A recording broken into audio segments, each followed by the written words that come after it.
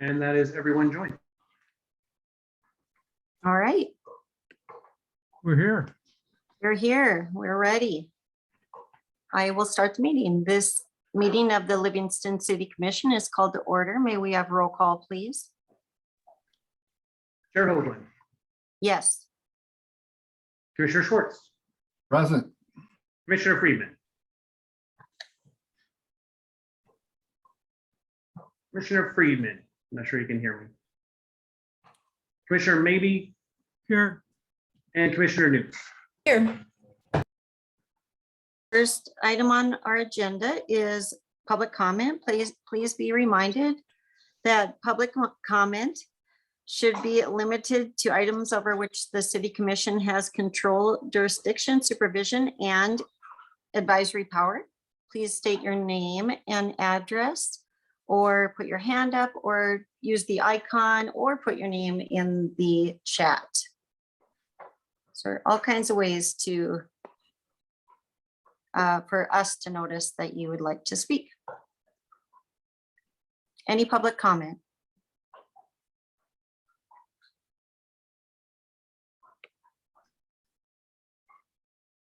We have Sean. Go ahead, Sean.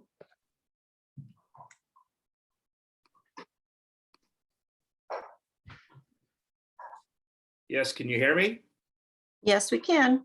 All right, well, good evening, members of the commission. My name is Sean Hill and I reside at 1315 South State Line Road in Driggs, Idaho.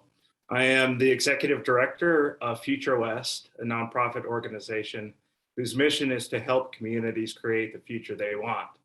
In my capacity at Future West, I also serve as staff to Friends of Park County. I'd like to address two items this evening. The ongoing discussion of the city's strategic plan as it relates to the implementation of its growth policy, and the proposed ordinance 3023. First, with regard to the strategic plan growth policy discussion, it is my understanding that action was to be taken up by the commission tonight. However, there appears to be no agenda item indicating as much. So any clarification on when action will be taken on this discussion will be greatly appreciated. Second, with regard to Ordinance 3023, which seeks to incentivize housing production, among other goals, it may be worth holding off until the final housing action plan is completed. Though the draft housing action plan has been released, it's my understanding that the Housing Action Plan Committee will revise the plan to prioritize and refine the tools within. Given this, it may be worth waiting until the final plan is released before putting the ordinance into action. This way, the city can be assured that density bonuses are tied to a specific purpose and that its effectiveness can be measured in quantifiable outcomes. Thank you for the opportunity to comment, and all the best to you this evening.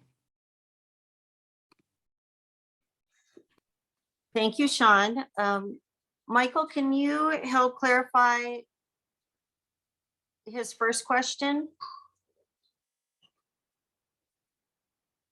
I can. I'm looking for the addendum. There is an addendum for the strategic plan tonight, although it's not action on strategic plan. It's beginning to talk about the committee that may be formed was the issue for tonight. And I'm looking to see what the actual wording on that is.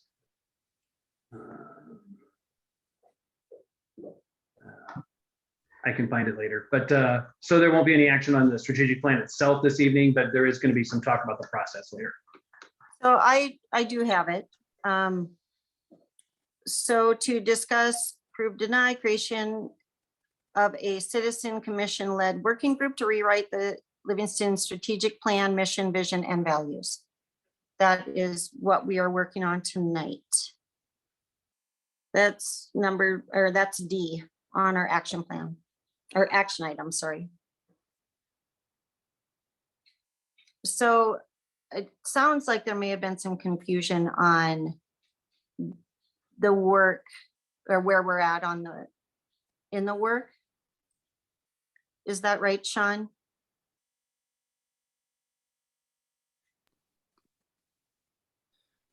Yeah, and apologies if I didn't see that on the agenda. I guess it's if it's being taken up tonight, then great, and I'll listen with interest. So thank you for the clarification.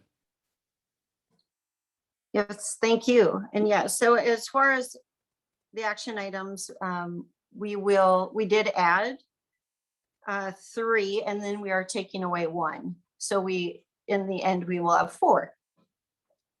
So when we get to action items, we can address those obviously in detail. Okay, any other public comment?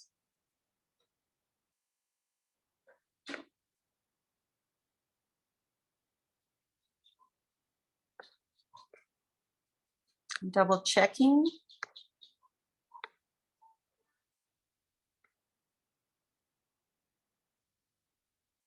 Okay, I don't see anyone else, Faith. I don't see any message from you. So we will move on to our consent items. We have 3 consent items tonight, A, B, and C. Do I have a motion from the commission on our 3 consent items?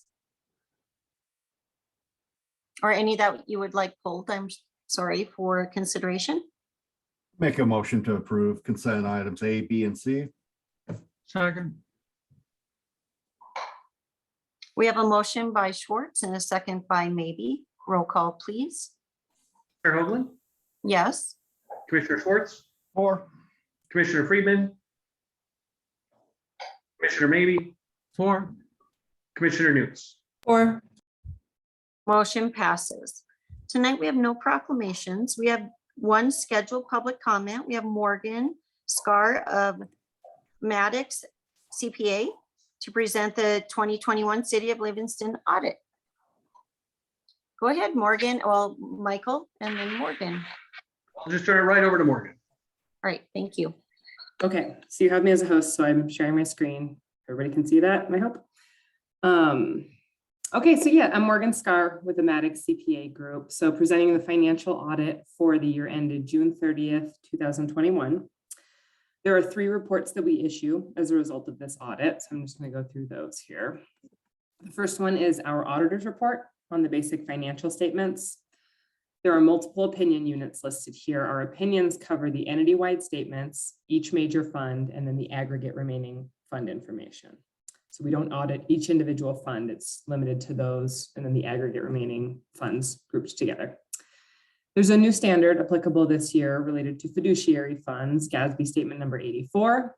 It necessitated a change in how the year-end claims and payroll liabilities are reported. They no longer qualify for reporting in a fiduciary fund capacity, so they're each in the individual funds. So that is a change from a comparability standpoint. This report gives our opinion, and our opinion is that these financial statements present fairly the city's financial position. So that's a clean or unmodified opinion, which is what you're looking for.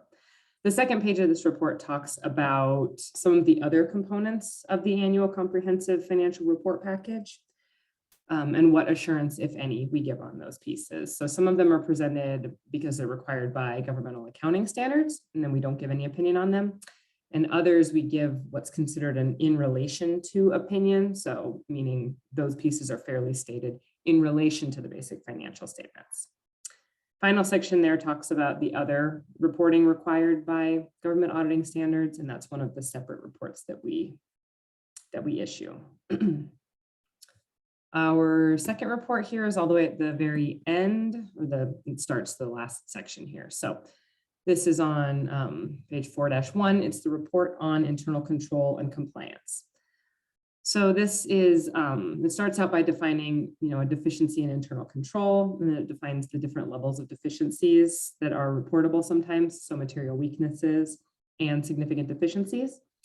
It then goes on to say that we did not find any deficiencies in internal control that were required to be reported here.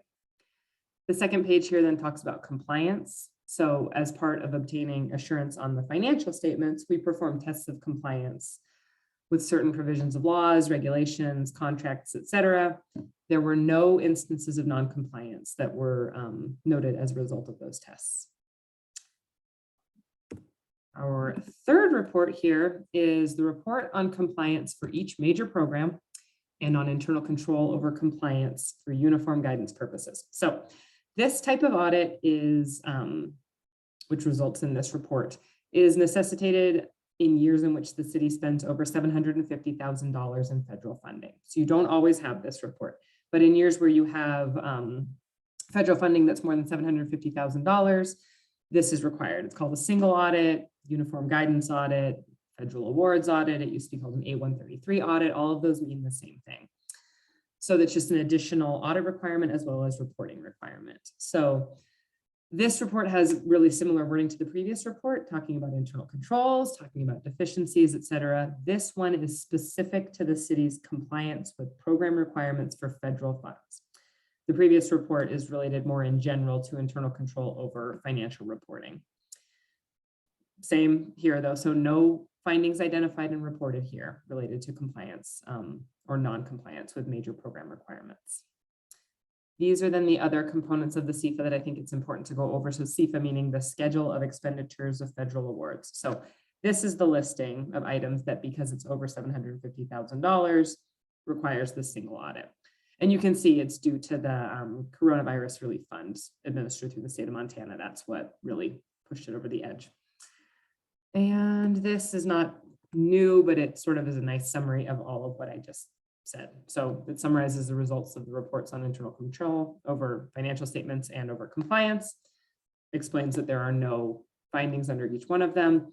And then under federal awards, it identifies the major program. And the major program determination then is what drives all of our testing, which has to be focused on the major program. But this is really just the summary that explains that there were no findings disclosed in either of those reports, and that the report on the financial statements was unmodified. That's all I was going to go over. I'm happy to answer if you have any questions that I could address, but also just thank you for the opportunity to do this work for the city. And thank you to Paige and the finance department for their diligence and all of the work that they put into this. It's a 186-page document of which I just went over all of our parts of it, which means the rest of it is prepared and the responsibility of management. So quite a bit of work that goes into this. Thank you, Morgan. I say this every time you come on, but I appreciate how you put it in basic speak for us as commissioners, and it's very, and for the community, but it's very complicated and you make it understandable. So we appreciate you. Thank you. Any commissioners have questions of Morgan?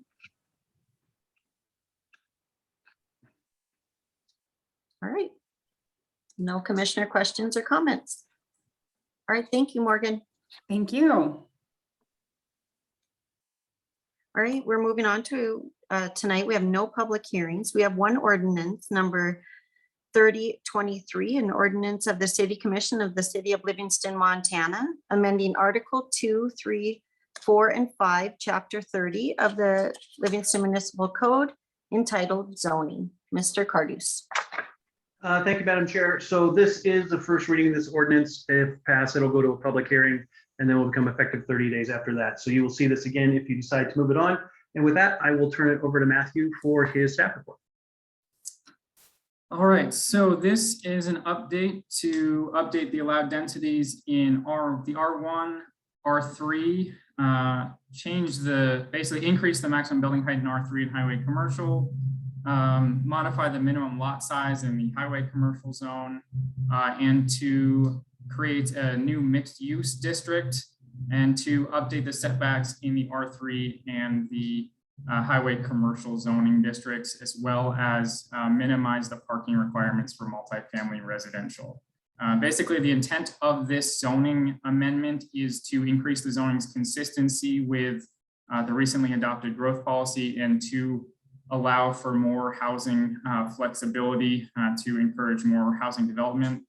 As it was stated in the public comment earlier, there is no incentive program included in the zoning amendment. There's no density bonus program including that. I'm not sure where that's come from. This is basically just changing densities, the new mixed use zone, and some setbacks. So the proposal for densities is to allow one dwelling unit per, and basically one dwelling unit and one ADU per every traditional city lot, which is 3,500 square feet. That meaning basically in the R1 district, the minimum lot size would be 7,000 square feet instead of 9,600 square feet as it currently is. Currently, the median density R2 district allows 2 dwelling units per 3,500 square foot or traditional city lot. The proposal is to allow R3 district, the R3 district to allow 3 dwelling units per every traditional city lot. Currently, the R2 and R3 districts, the densities are very similar, as you can see in the chart below in the staff report. And then the proposal for the new mixed use district is to allow 4 dwelling units per every historic city lot or city lot. Again, those historic city lots being the traditional 25 by 140 foot lots, as the growth policy does recommend pretty strongly that the city continue and go back to the traditional development patterns in the city of Livingston. Maximum building heights are also proposed to be increased to 50 feet in the R3 district. Currently, I believe they're 45 feet. To allow 4-story buildings, and 60 feet in the highway commercial district to allow 5-story buildings, and 60 feet in the mixed use district as well. 60 feet is commensurate with the tallest buildings currently in town. So this would allow essentially 5-story buildings in both highway commercial and mixed use. Setbacks are proposed to essentially be 0 for all 3 R3 highway commercial and mixed use zones, though R3 is proposed to have a 5-foot front setback to encourage stoops and doors to be set back a little bit from the road rather than having doors opening directly onto sidewalks, which is generally undesirable. Currently, parking for multifamily housing is a sliding scale, but it's generally 1.5 parking spaces per dwelling unit. The proposal is to reduce that to 1 parking space per dwelling unit to allow, again, more housing on the smaller, narrower lots. Parking is definitely a constraint on housing development right now in the city, just because you can't fit it onto a lot when you're trying to build housing. The uses proposed for the new mixed use district are generally similar to neighborhood commercial, but it does allow a housing element, which the neighborhood commercial district does not allow. So in the mixed use district, commercial uses that are generally allowed would not be those that are what we would consider auto-centric or sort of heavier impact uses. Automobile repair, gas stations, drive-throughs, hotels, large-scale retail, heavy industrial, things like that wouldn't be allowed. Basically, the intent is to have a residential unit on top of the building, so something that's not going to have high impacts on those residential units. I believe, and the zoning commission agreed, that it's consistent with the growth policy, specifically chapters 3, which is the land use section, chapter 4, which is the environmental chapter, and chapter 5, which is the housing section, is consistent with what's being proposed, and chapter 11, which makes specific recommendations for the zoning regulation, basically proposes updating the zoning to promote affordable housing, which is the entire intent of this zoning amendment. Update zoning to discourage food deserts, hopefully by allowing more mixed use within the city. We'll have more, at least small scale grocery stores. I should note at this point that this is not a zone map amendment, and there's no proposal in this to zone any additional areas of the city R3 mixed use or highway commercial. We are just modifying the zoning text to allow us to zone for mixed use, and would change the standards for those areas already zoned R3 and highway commercial. The plan for the next zoning commission meeting is to discuss potential rezonings in the city to be consistent with the future land use map. But that is not happening at this time. Another recommendation from chapter 11 of the growth policy is to investigate updating the zoning to include a neighborhood scale mixed use district and updating the residential density requirements per the growth policy's recommendations. Again, those recommendations are very heavily favored towards infill. And to do infill in the city right now on our narrow, long lots, you do need to allow flexibility for that building. And parking and setbacks have become a major constraint on building, especially if you do only own 1 lot. 25 feet with setbacks, you end up with a 15-foot space to build, which is very difficult to build, especially multifamily housing on. There aren't a lot of aggregations of large lots within the city currently that are for sale or available to develop on. So we're going to see development mostly on those small scale lots, especially on the south side of town. I do believe that the zoning amendment is consistent with all of the state requirements as listed in the staff report. I'm not going to go through those specifically. I do want to discuss the zoning commission meetings briefly. The zoning commission held 2 meetings on this item, and they raised a few concerns. I do want to commend the zoning commission. I think they had a very productive discussion, and they've asked very astute questions. So I think those meetings were very productive.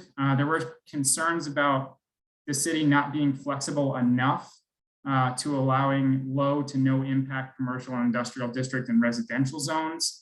There was a change proposed by the zoning commission, which has been included in your draft ordinance to allow the new definitions of manufacturing to allow artisan manufacturing within the residential zone. So you'll see that in the ordinance.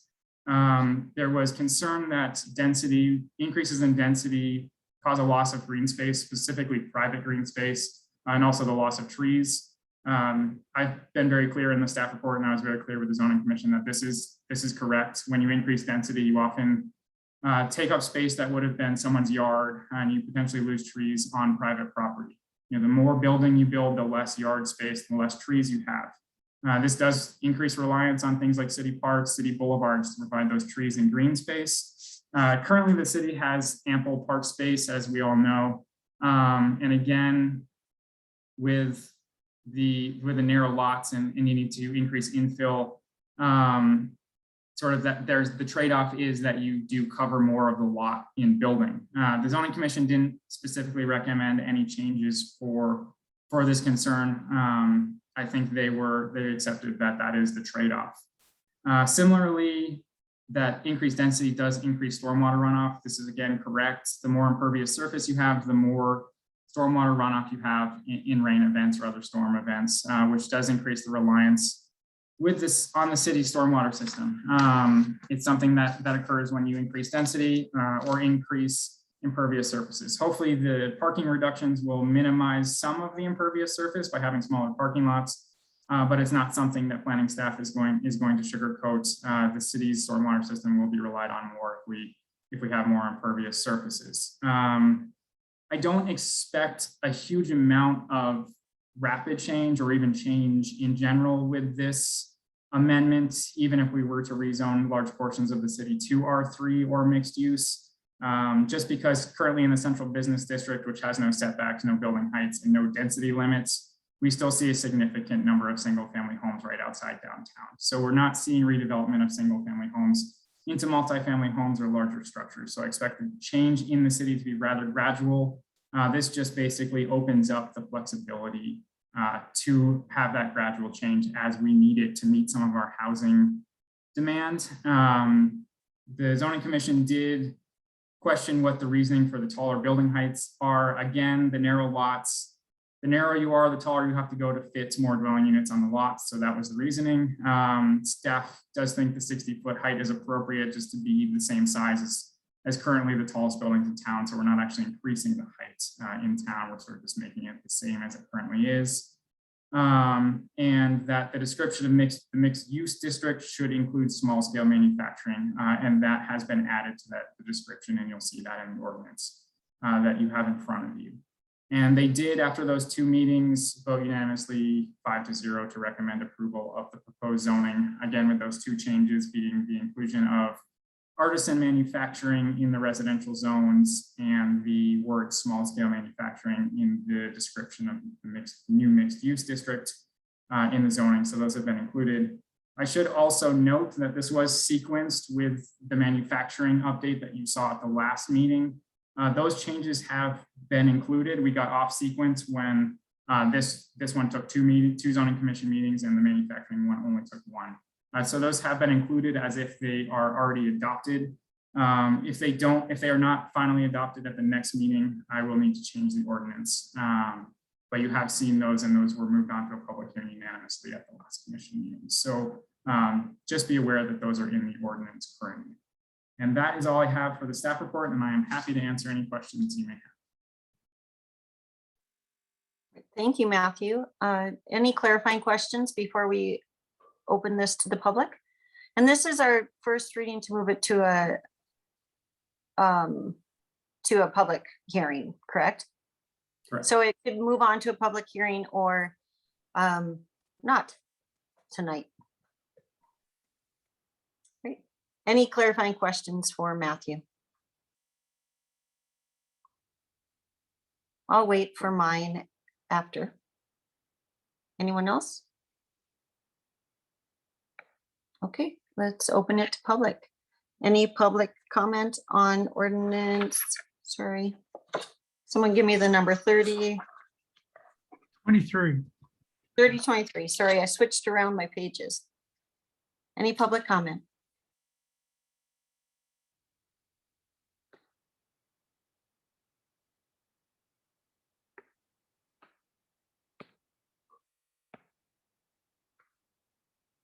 I don't see any hands. And oh, there is Sean. Go ahead.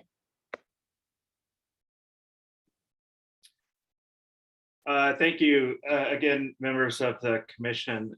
Again, I think I would like to reiterate my point that, whether we call this an incentive or we increase flexibility or whenever we do something in the name of affordable housing or housing in general, I think it's prudent to wait until the empirical data is in to enact housing-oriented policies, regulations, or what have you. And I come with this with a bit of Cassandra syndrome because I've worked in countless Northern Rockies communities, where they've jumped the gun and made changes to the regulations in the name of affordable housing or housing flexibility or housing production before the affordable housing policies, were enacted or adopted or even understood. And so I think I don't know that there is any drawback to waiting until the housing action plan is finalized.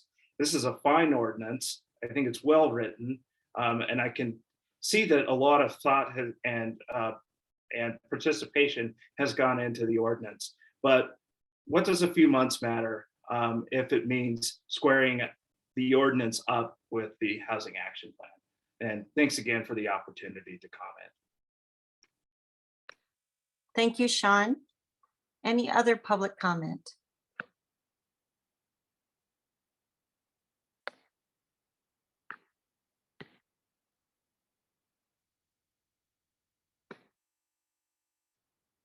I don't see anyone else.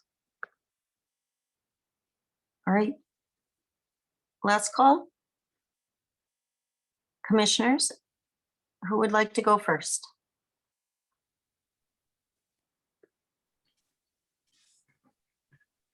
I'm wondering what the schedule for the production of the public housing plan is. When would we see that? I can answer that if you don't mind. Sure. So currently the housing action plan is in its first round of public input. They've had the first couple of meetings. PCEC has hosted those. I would like to note I've been sitting on the steering committee of that plan. The draft is out. It's available to the public. You can see it now. So we're looking at several months before that's adopted. My guess would be 3 to 4 months at a minimum before the city would have a final adoption on that. It may be longer at this point.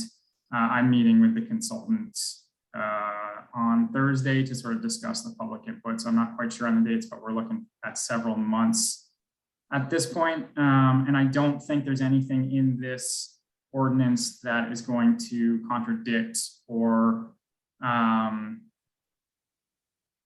even potentially interact that strongly with the housing action plan, which is generally a list of tools if you look at the draft.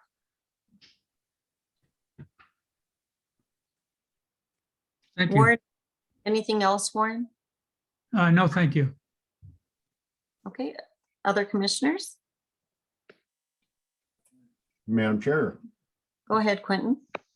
Yeah, I had the same question as Warren, and knowing that Matthew is on the Housing Action Committee, that I think we would know if we're missing something now, and there's nothing that we couldn't amend later either.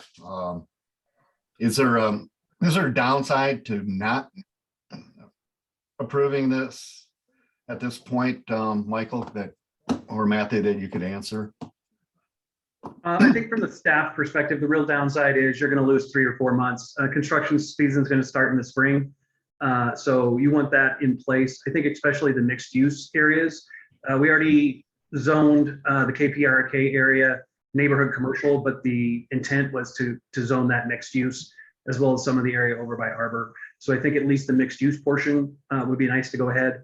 Also the artisan manufacturing, there has been some interest in some artisan manufacturing in town, and we may lose out on that if we have to wait for the approval. So I think there's some downside, mainly just that we can't move forward with some projects in the short term. Again, with Matthew on the committee, I think we're pretty well aligned with the Housing Action Committee. Reading through the draft, there just really isn't anything that applies to zoning.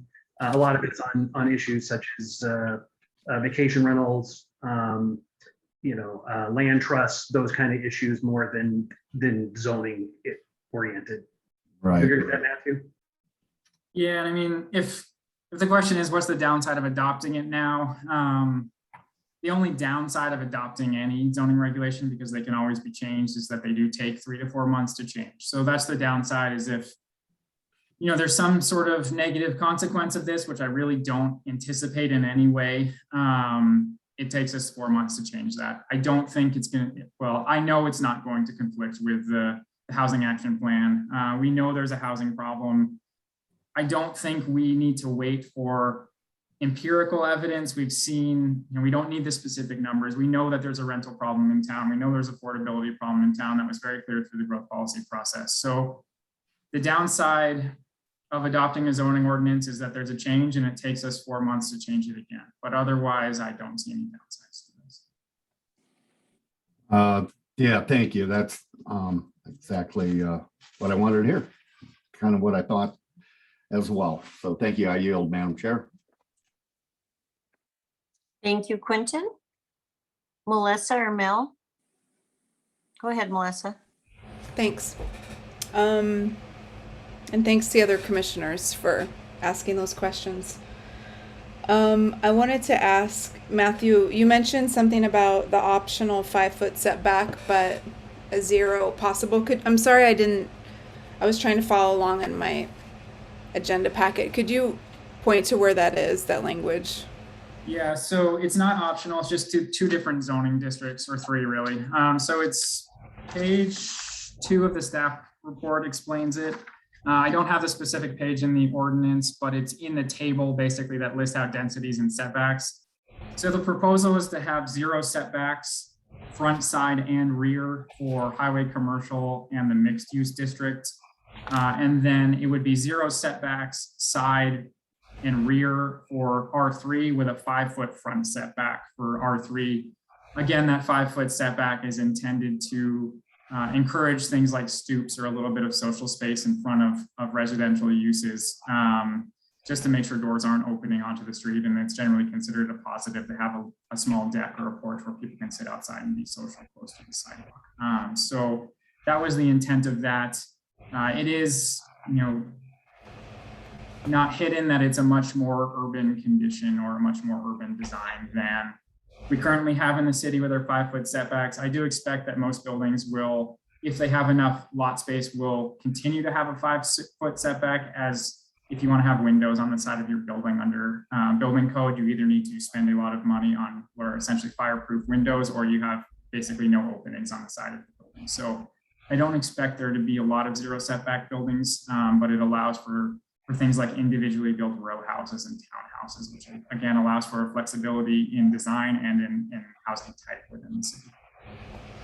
Thank you for taking a minute to walk through that. I found it now, and it makes sense.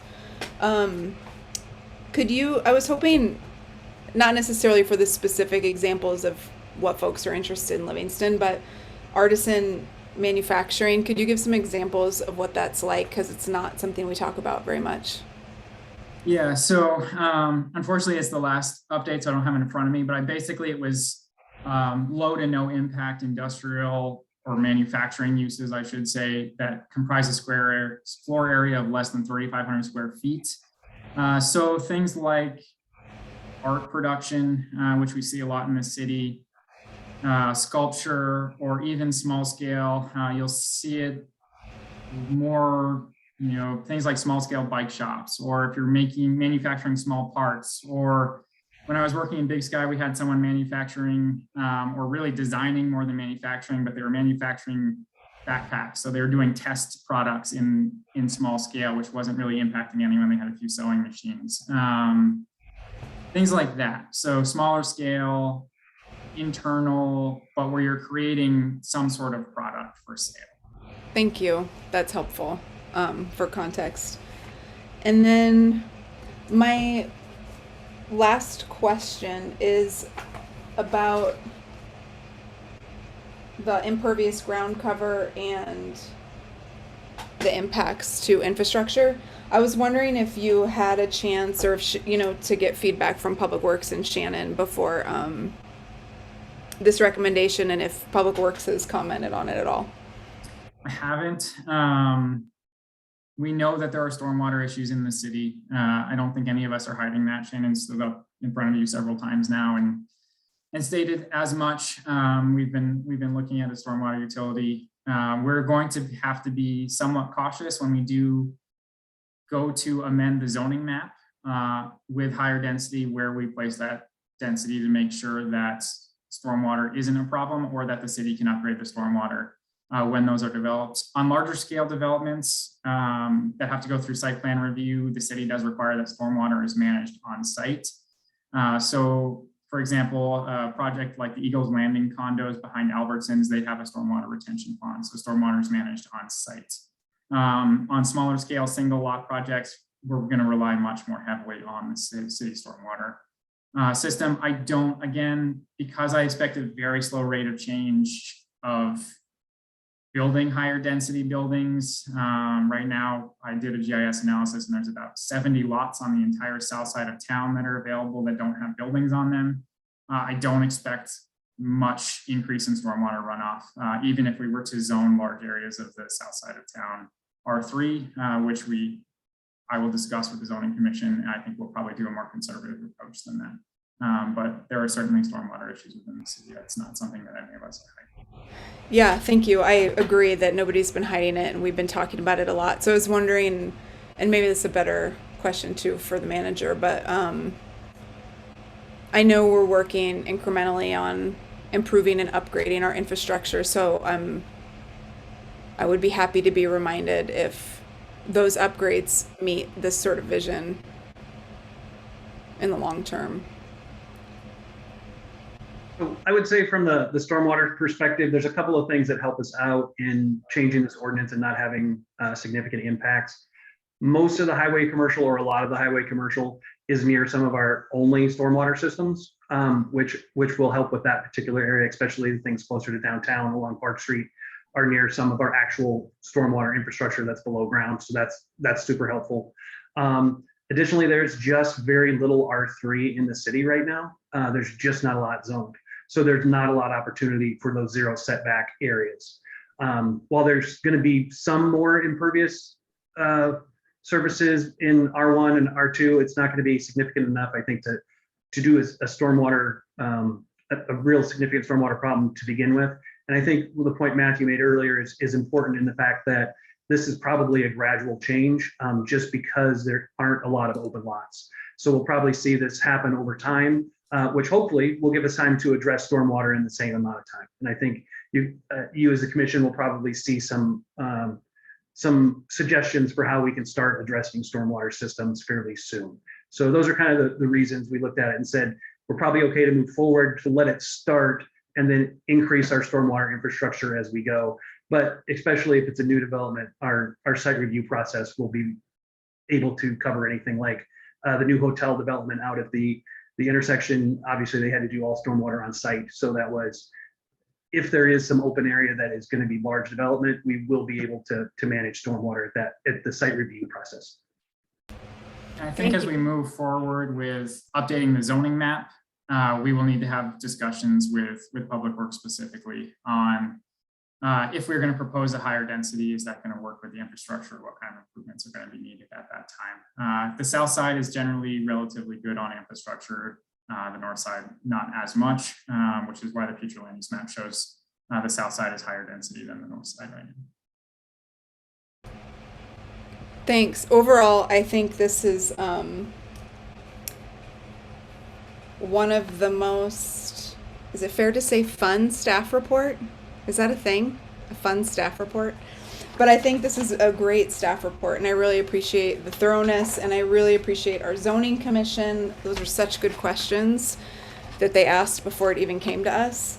And I also appreciate the thoroughness, Michael, with thinking about balancing between departments. I hear the concerns about wanting to make sure it falls in with the housing action plan. And I'm also aware that we're like between a rock and a hard place, coming off of working on the growth policy for, how long was that? A year and a half or 2 years? It was a while. So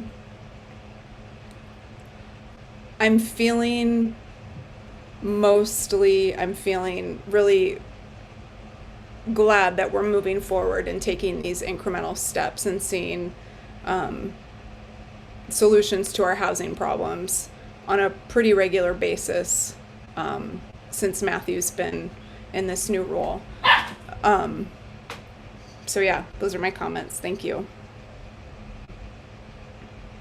And mostly only because I don't want to say that everything's perfect.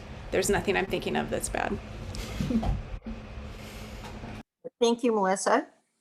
I guess I will go. I have just a few clarifying questions first. So Matthew, I know it's in there, but then again, it's a big document and you stated it about the 60-foot height versus 50. Right now it is 50, but that is in mixed use and highway commercial only, correct? Correct. So yeah, mixed use and highway commercial are 60, and then the R3 is proposed to be 50, and I believe it's 45 currently under the zone. Okay. And so that's a 5-story building that would be in those 2 zoning areas only. Mm-hmm. And then I had a question on the housing action plan. You had said that it's in the draft form and you feel like, or the first draft, and you feel like this aligns pretty closely, not that you're using it as an official recommendation, but it is aligning just when you do a comparison, correct? I don't know if I'd say aligning. The housing action plan is really, it's a list of tools that we can use to encourage or incentivize affordable housing. It doesn't make specific zoning recommendations. I don't think, and I don't know the whole draft off the top of my head, there may be a recommendation for increasing density in there, I'm not sure. But a lot of the items in the housing action plan are going to be things like exploring density bonuses, looking at ways to encourage accessory dwelling units or tiny homes, or looking at short-term rental regulations. So I don't think there's anything in here that is contrary to the housing action plan. I also don't think there's a lot of overlap between this and the housing action plan. But it's certainly, these types of zoning amendments would certainly meet the intent of the housing action plan, even if something like this specific of a zoning amendment wouldn't be something that would cover. It's just not that specific, really. But it also the intent of the growth policy, which then should be reflected in the action plan. Yes. So, yeah, it meets several of the intents of the growth policy, which are covered in the staff report, but basically allowing for infill, which was an overarching theme of the growth policy, additional housing, and then flexibility in both housing form and type, which I think is really important and a lot of the reasoning behind the way this is written, just allowing anything from a single family home to townhomes or row houses to multifamily apartment buildings in a much greater section of the city is consistent with what the growth policy says as well. So I think that's really important and one of the intents of this update. Great, thank you. I love your clarification. And then I know one of the concerns that has come up over the years, and I think there's less of it now that we have, you know, an ADU plan. We have a housing plan in the works. We have our growth policy updated. But one of the big concerns has been sort of that willy-nilly approach to adding houses into existing properties that has happened in the past. So I don't know, Matthew, you're usually really good at the history part because you research it before you get to us, or what, with all your work you put in.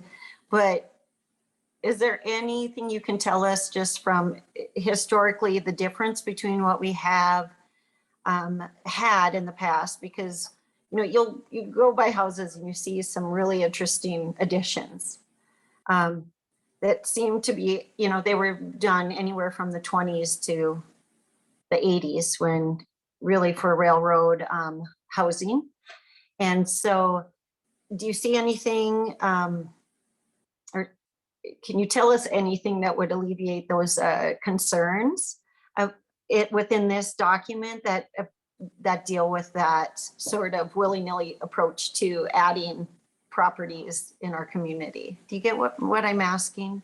I know it's I think so. And based on the date range, so there's nothing in this document, but based on the date range, I have a good idea of what you're talking about. And I think we all sort of the midnight edition of the carport or of a piece of a building right up to the property line. I think it's telling that your date range was basically the 20s to the 80s. Based on my knowledge of the history of the city, in the 80s is really when the city started running building permits more consistently, which has basically alleviated that situation. Building code is also much more strict now than it was you know, in the 70s. I think Montana adopted building codes in the 50s or 60s. So even before that, you could basically build whatever you wanted without much or any review. I've heard of houses being built on railroad tie foundations, something that would never be allowed today. So we have a whole regulatory structure now that we just didn't have up until really the 80s. And we have more stronger enforcement mechanisms. And obviously we have more planning and building staff now that can make sure that those things don't happen. We also, the community, and I'll again give them credit for this, the community does a great job of reporting zoning violations to us, and Officer Kunath, who's our current code compliance officer, has been doing a good job of enforcing the zoning and following up on those zoning complaints. So we have a much more robust structure of, you're not going to add something to your house at midnight that's in the setbacks that doesn't meet the building code without a building permit than we did back in the 70s.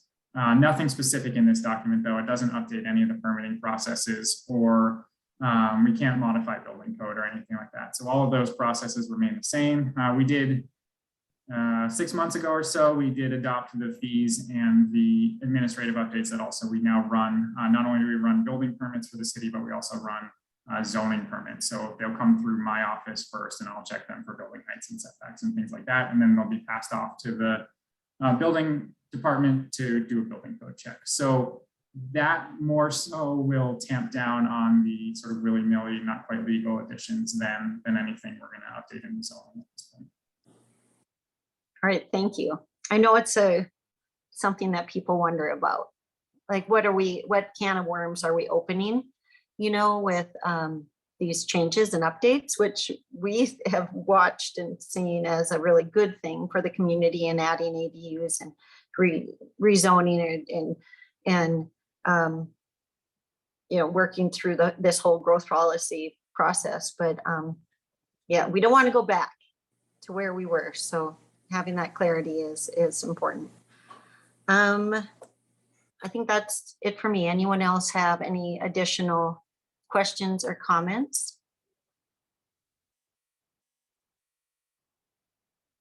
Okay.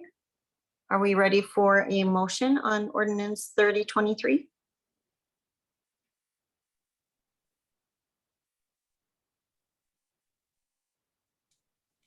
I'll make a motion to approve Ordinance 3023. Second.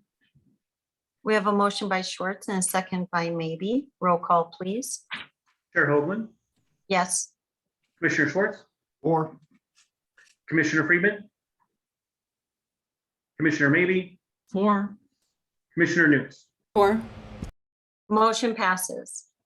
Tonight, we have no resolutions. We have 5 action items, but it was requested by YBCC to remove the ARPA fund solar installation request for further research and study, and they would like it moved to January or February. Michael, did you get that request as well? I did, and we'll just talk to them after the new year and see when they're ready to come back. All right, they're looking into more information that they need to bring to us or bring to the commission. So we'll remove action item B, then we have C, D, and E in addition. Discuss, approve, deny. First action item, city manager's request for ARPA funds for city employee premium pay. Mr. Cardus. Thank you, Madam Chair. So one of the authorized uses of the ARPA funds or the American Rescue Plan Act funds is to provide premium pay to essential employees in recognition of their service throughout the pandemic.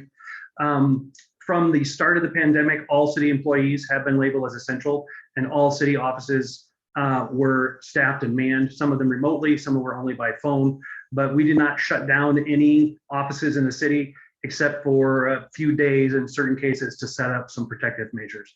So all city employees have worked through the entire pandemic and actually done an excellent job in, I think, responding to the crisis, coming up with new ways to interact with the public and new processes so that even in the height of the pandemic, city services were available to everyone.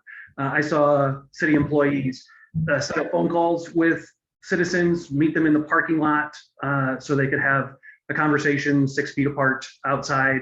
The staff, I think REC is a great example of really came up with creative ways to continue to engage the public, despite the fact that REC is historically a place where people would gather. They did virtual events, just really creative ways to keep everyone involved. And I think the effort by all of the city staff really deserves some recognition.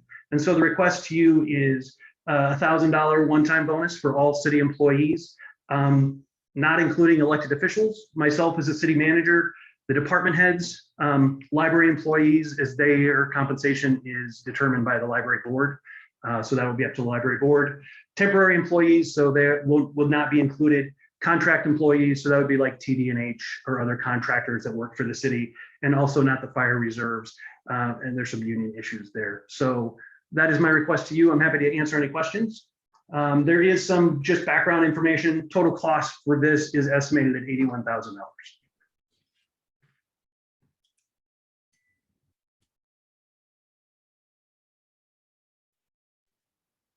Sorry, I was writing something down. And then just a clarifying question. So in the agenda packet, we have our ARPA funds. Those numbers still correct?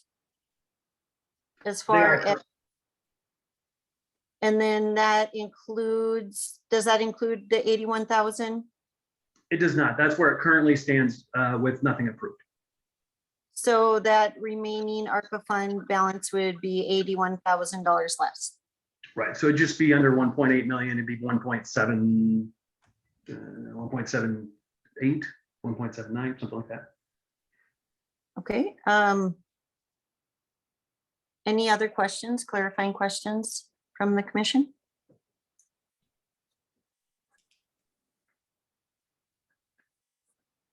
Okay, let's open it to public comment. Any public comment on action item A?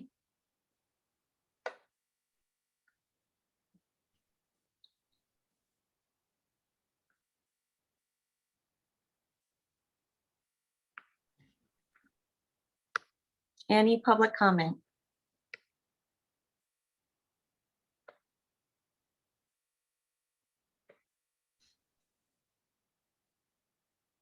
I see a hand. Patricia, go ahead. Yeah, on the original application for ARPA funds, wasn't it an application for 3.5 million? I just was wondering if that is, I have a document to that regard, so I just didn't know how we ended up with 1.79 million as our total ARPA funds. I just have questions about that. The other thing I'm just going to reiterate, owning a small business in Livingston and having been through COVID and stayed alive, the first part of the pandemic was easier than this part of the pandemic, and we're looking at a year or so, I believe, possibly, of exactly what we've had all along, and we're watching more and more businesses close in Livingston. And the first part of the pandemic, we were able to get grants and keep our businesses going, but it's going to get rougher and rougher. And even though I understand how much we appreciate what the private sector or the public sector is doing, I just wish that there was some way that we could infuse some help into the private sector, because if you think businesses are closing now, you just watch a year from now. It's really, we need to, I think, focus on the economic health of our small town. We have 600 and some businesses in town, and they support our families. That's where our income comes from. So I just have curiosity about the additional possible money that could come to us and where we prioritize as a community our funding. Thank you. Thank you, Patricia. Do we have anyone else?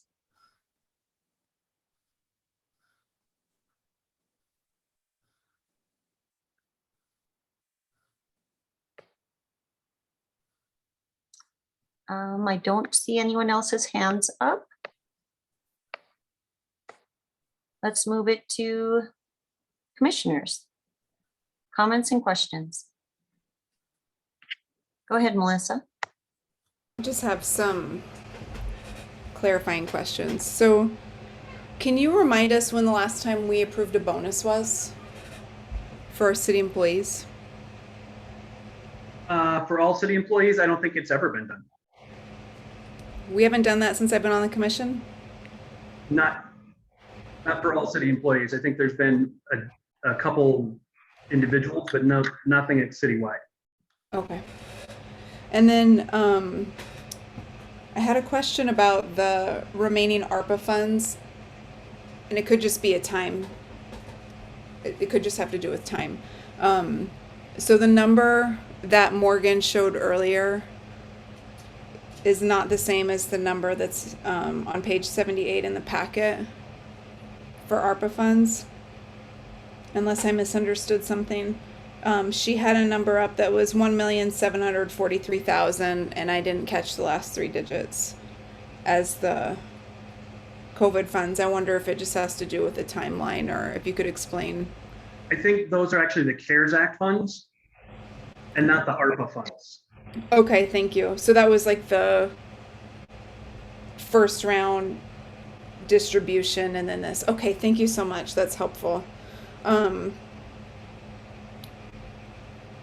And then the last question, and I'm glad I asked because a lot's gone on the last couple years, huh?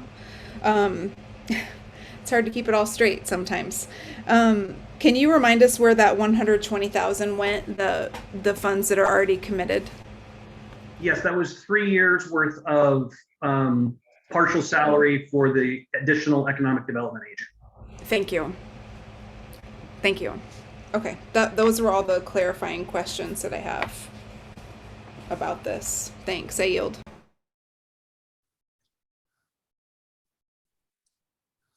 Anyone else? Thank you, Melissa. Anyone else? I'd just like to make some observations about what's happening with the business community downtown.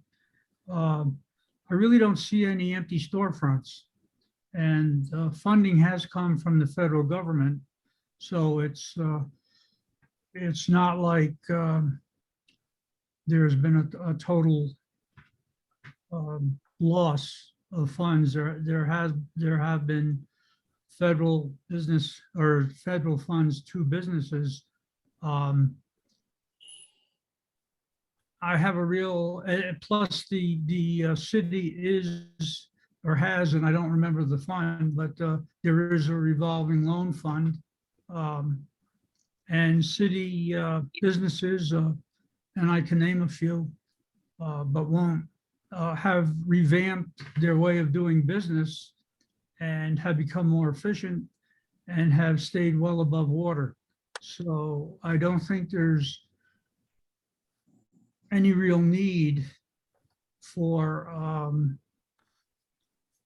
pumping funds into any business unless they make a request.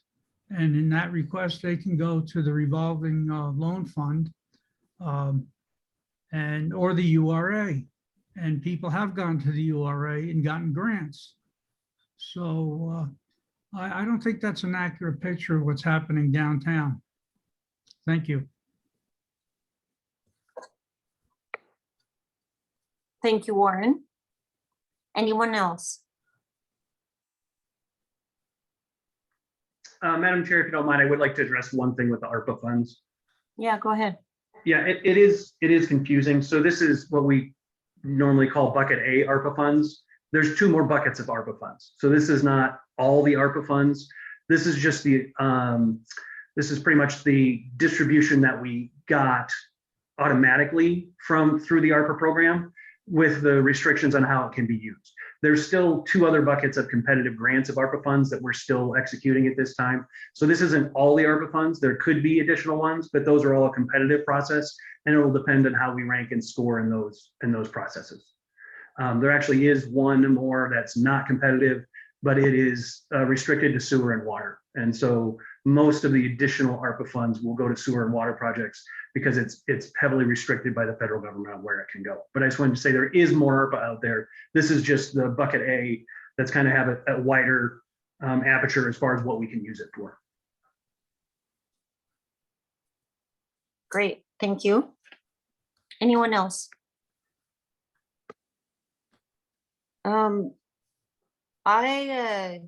As far as ARPA funds and, you know, COVID dollars throughout this whole pandemic, I can't express enough how thankful I am that just, you know, when you think of it big picture of like federally, and there's a lot of arguing back and forth on who gets what and if we should spend what or give, you know, offer what. But as a small community, these funds have been, I mean, they've saved us.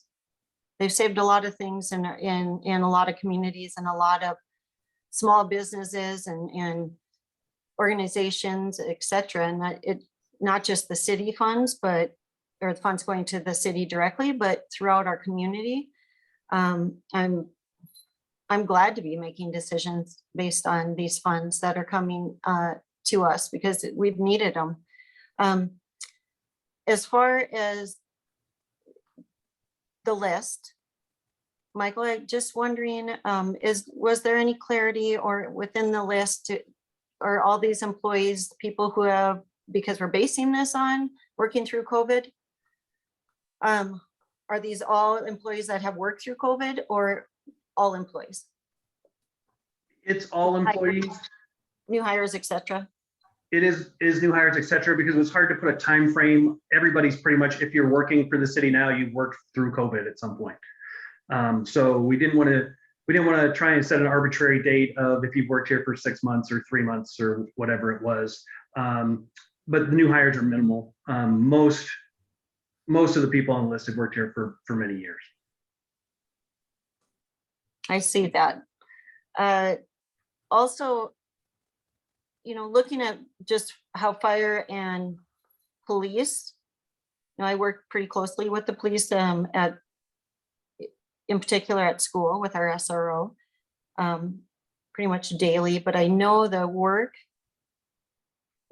how work changed, during COVID and some of the safety issues that especially fire and paramedics were faced with, just a whole other level of concern for them and for their safety, I think. And I know how, just looking at some of the people that we interact with, but how much Faith has had to do to help us just to get Zoom set up, for example, and getting that available for the community to participate and continue to participate. I could go on and on about the hard work and the things that they have had to do that really were above their pay grade and their job descriptions in the past. So I think supporting them with a financial bonus is an excellent idea. Anyone else? Yeah, I guess I'll put my 2 cents in. And also, the fact that we are a neighbor of Bozeman, and it's hard for us to be competitive with Bozeman.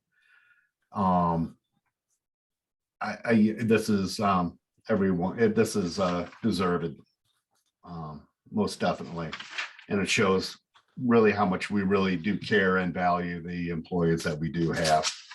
And I'm really happy to see this. That is all. Thank you. I yield. Thank you, Quentin. Anyone else?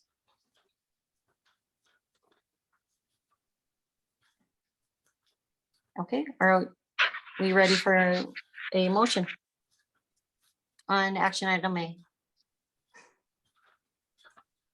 I'll make a motion to approve action item A. Can you just clarify what the motion is? I think it's always better with an action item. No, sure.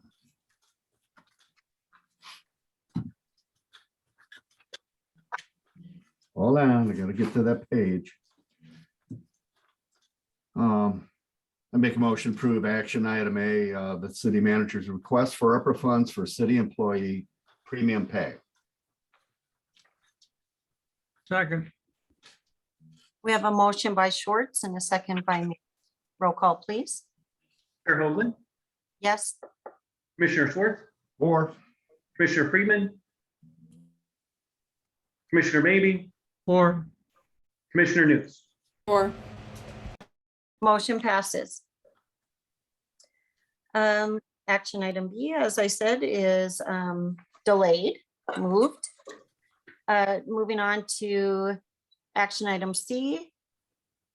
It was in an addendum, and that was to discuss Parks and Trails Committee's recommendation on Reservoir Park. Mr. Cardus. Thank you, Madam Chair. So this item comes from the Parks and Trails Committee. This is their recommendation presented to the commission from their last meeting. Staff hasn't had time to go through this yet. Specifically, Shannon and I haven't had a chance to sit down since we are doing several public works grants right now. We haven't had time to sit down and go through the recommendation. So I can't give you the official staff position on it. But this has been, I know the Parks and Trails Committee has worked really hard on this. They've done a really great job of trying to present something to you. So I think whatever you wish to talk about tonight, I can give you my opinion. I just can't give you the full staff recommendation yet. Michael, can I have you just clarify before we move on to what would next steps be for the committee, the city, and then the community? Because really we haven't added a lot of parks before, not in the past, decade or so. So, what are next steps and what is needed to move it on to a plan that's then up for approval in front of the commission fully? Sure. So I think the first step will be once I have time to sit down and go through this, we'll bring it back in front of you as a full recommendation with staff recommendation, and then the commission can decide how they want to move forward from there. Once you decide how you'd like to move forward, that'll come back to staff. We would give you, well, you'll get the staff recommendation and the proposal. Once tasked, then we get you the actual contract, if there was a contract involved, or any of the other issues. If there's changes to it based on staff recommendations, obviously Parks and Trails we could sit down and talk about that. But in general, once it's approved at the commission level, I could see this going on the strategic plan. Like that might be a nice place to put it, depending on the time frame. And I think even in the recommendation, you can see it's kind of a longer time frame on the recommendation. So that might be something nice to put on the strategic plan and have sitting there so we can track progress. Great, thank you. Thanks for that clarity. Commissioners, any questions before we move it to public? Go ahead, Melissa. I was just going to piggyback on your question. Given the scale of the project, is this the sort of plan you would see implemented in phases? I would assume so. I think the committee did a good job of prioritizing what they think is the most important items within it. Basically, the 4 priorities that they laid out there, and we would go through those first. There's a lot of, as with any project like this, there's a lot of contradictory stuff that'll come into it. People don't want fences, but do want a fenced-in dog park, or people want trees, but they don't want to block views. So there's a lot of stuff that'll have to be ironed out and then figured out how it fits into public works infrastructure. Because if we're gonna make it a park, then we'll probably need to figure out how to irrigate it and mow it and try to figure that how we have the capacity to do that. So yes, I would see it going in phases slowly as we build some capacity to maintain it. Thank you.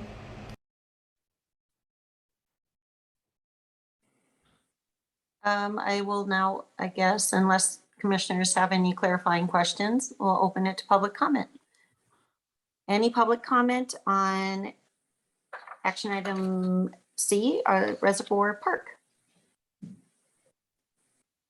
Jean Marie, go ahead.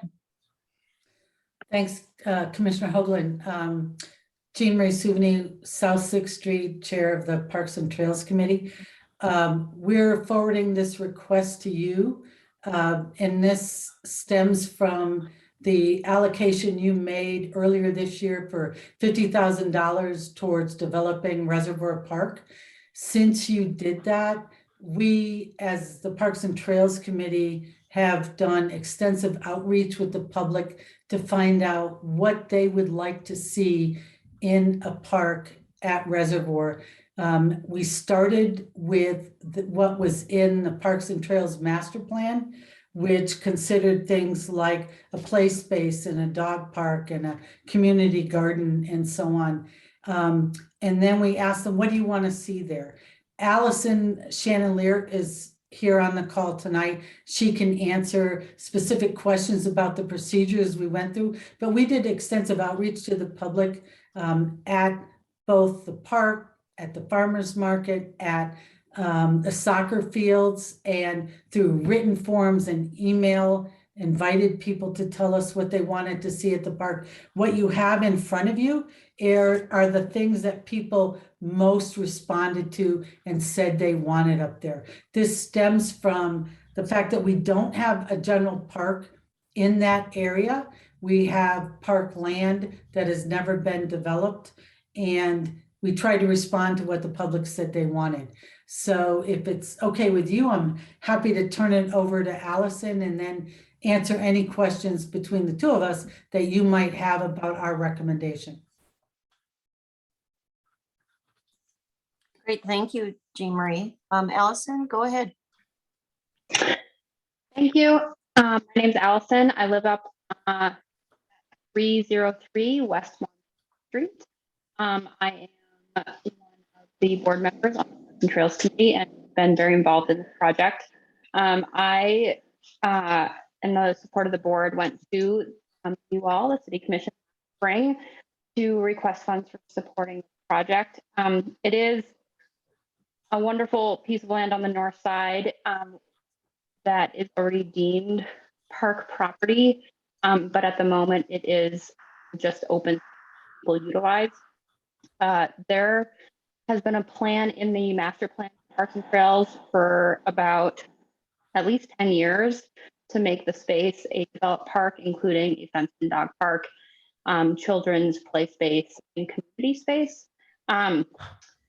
So yeah, we reached out both on site and at the farmers market. We opened up the majority of our meetings to the public comment on this topic during the summer, and we went to the Northside soccer fields during soccer games Saturdays to collect comment and just speak to the public about the project. For the most part, we got really great support and really fantastic ideas, and we tried to prioritize those for you in our summary. And we do break down a very general idea of putting it into pieces. So like making it into different, I think Melissa asked if there would be different like goals over the years. So if it's a 10-year plan, we try to meet certain parts of the park in 2 years or 4 years of funding. But yeah, I would love to answer any questions you all have. Thank you, Allison. You are cutting out a little bit. I don't know if it's happening to everyone, but for me it is. But I think I heard most everything.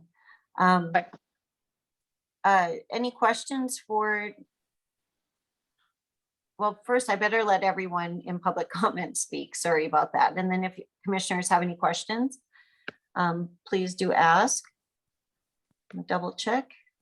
No one else is in the chat.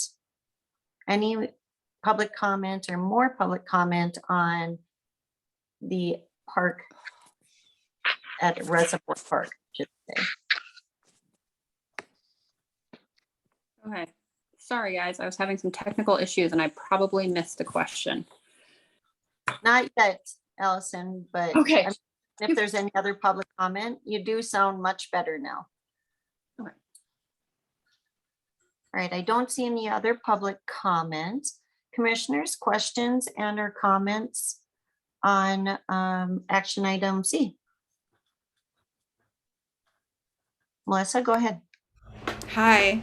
First, I want to say thank you. I am really grateful to Parks and Trails for working with the public and listening to the public.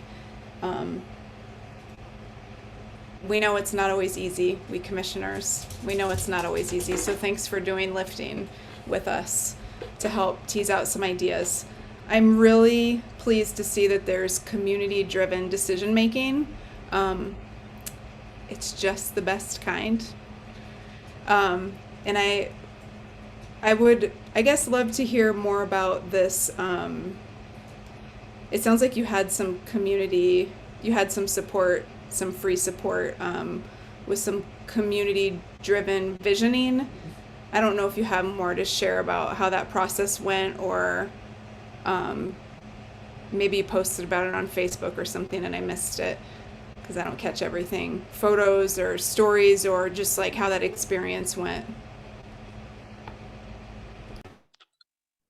I'm thinking more specifically about like this idea boards and diagrams and like that part of it, because that's a really interesting and very effective way, I think, to work with the public and get ideas coming ground up. Yeah, we were really lucky. We're really lucky to be working with a couple landscape architects who are volunteering their time right now.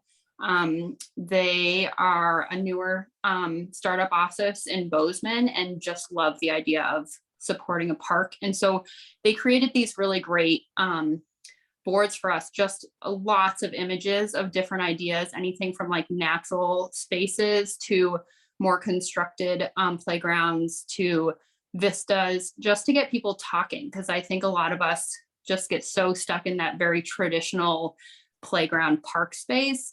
And it's a brand new park. We can do whatever we can with it, right? We can be creative and we can make it a really wonderful Livingston space that supports what Livingston is. So it really started some great conversations. So we didn't share them on Facebook, but we had them posted a few times at our meetings for Parks and Trails Committee. And then we also, anytime we went to the public, we brought them with us to get the conversation started. And then we put together just a very quick questionnaire to get people thinking, like, of different amenities, what they feel like is missing in town, what they want to see, what they're concerned about, how they're going to get to the park, who they go with. And so that we could get kind of that general picture of, is it going to be mostly just the neighbors? Is everyone going to travel to that park because they want to be a part of it? And so it was really great conversation, and people were really excited about it because like, I can't remember who said it, but it's been a long time since we put a new park in Livingston. And so it's a really exciting process. And I think that with Livingston growing, people are getting nervous about losing our open space. And this is an opportunity to maintain and support open space with the way we want it to look. So. Thanks. It would be really interesting to see if it's, I don't know how easily shareable it is, or maybe it's in your minutes, but I'd be interested in seeing what folks say, because I bet it's really informative and it could help the commission as we think about all the things that we're thinking about, just to get that sort of feedback and snapshots. Really a great opportunity. So thank you. I don't have any other questions right now. I appreciate your work. Thank you. Thank you. Anyone else have any questions for Jerry or Allison?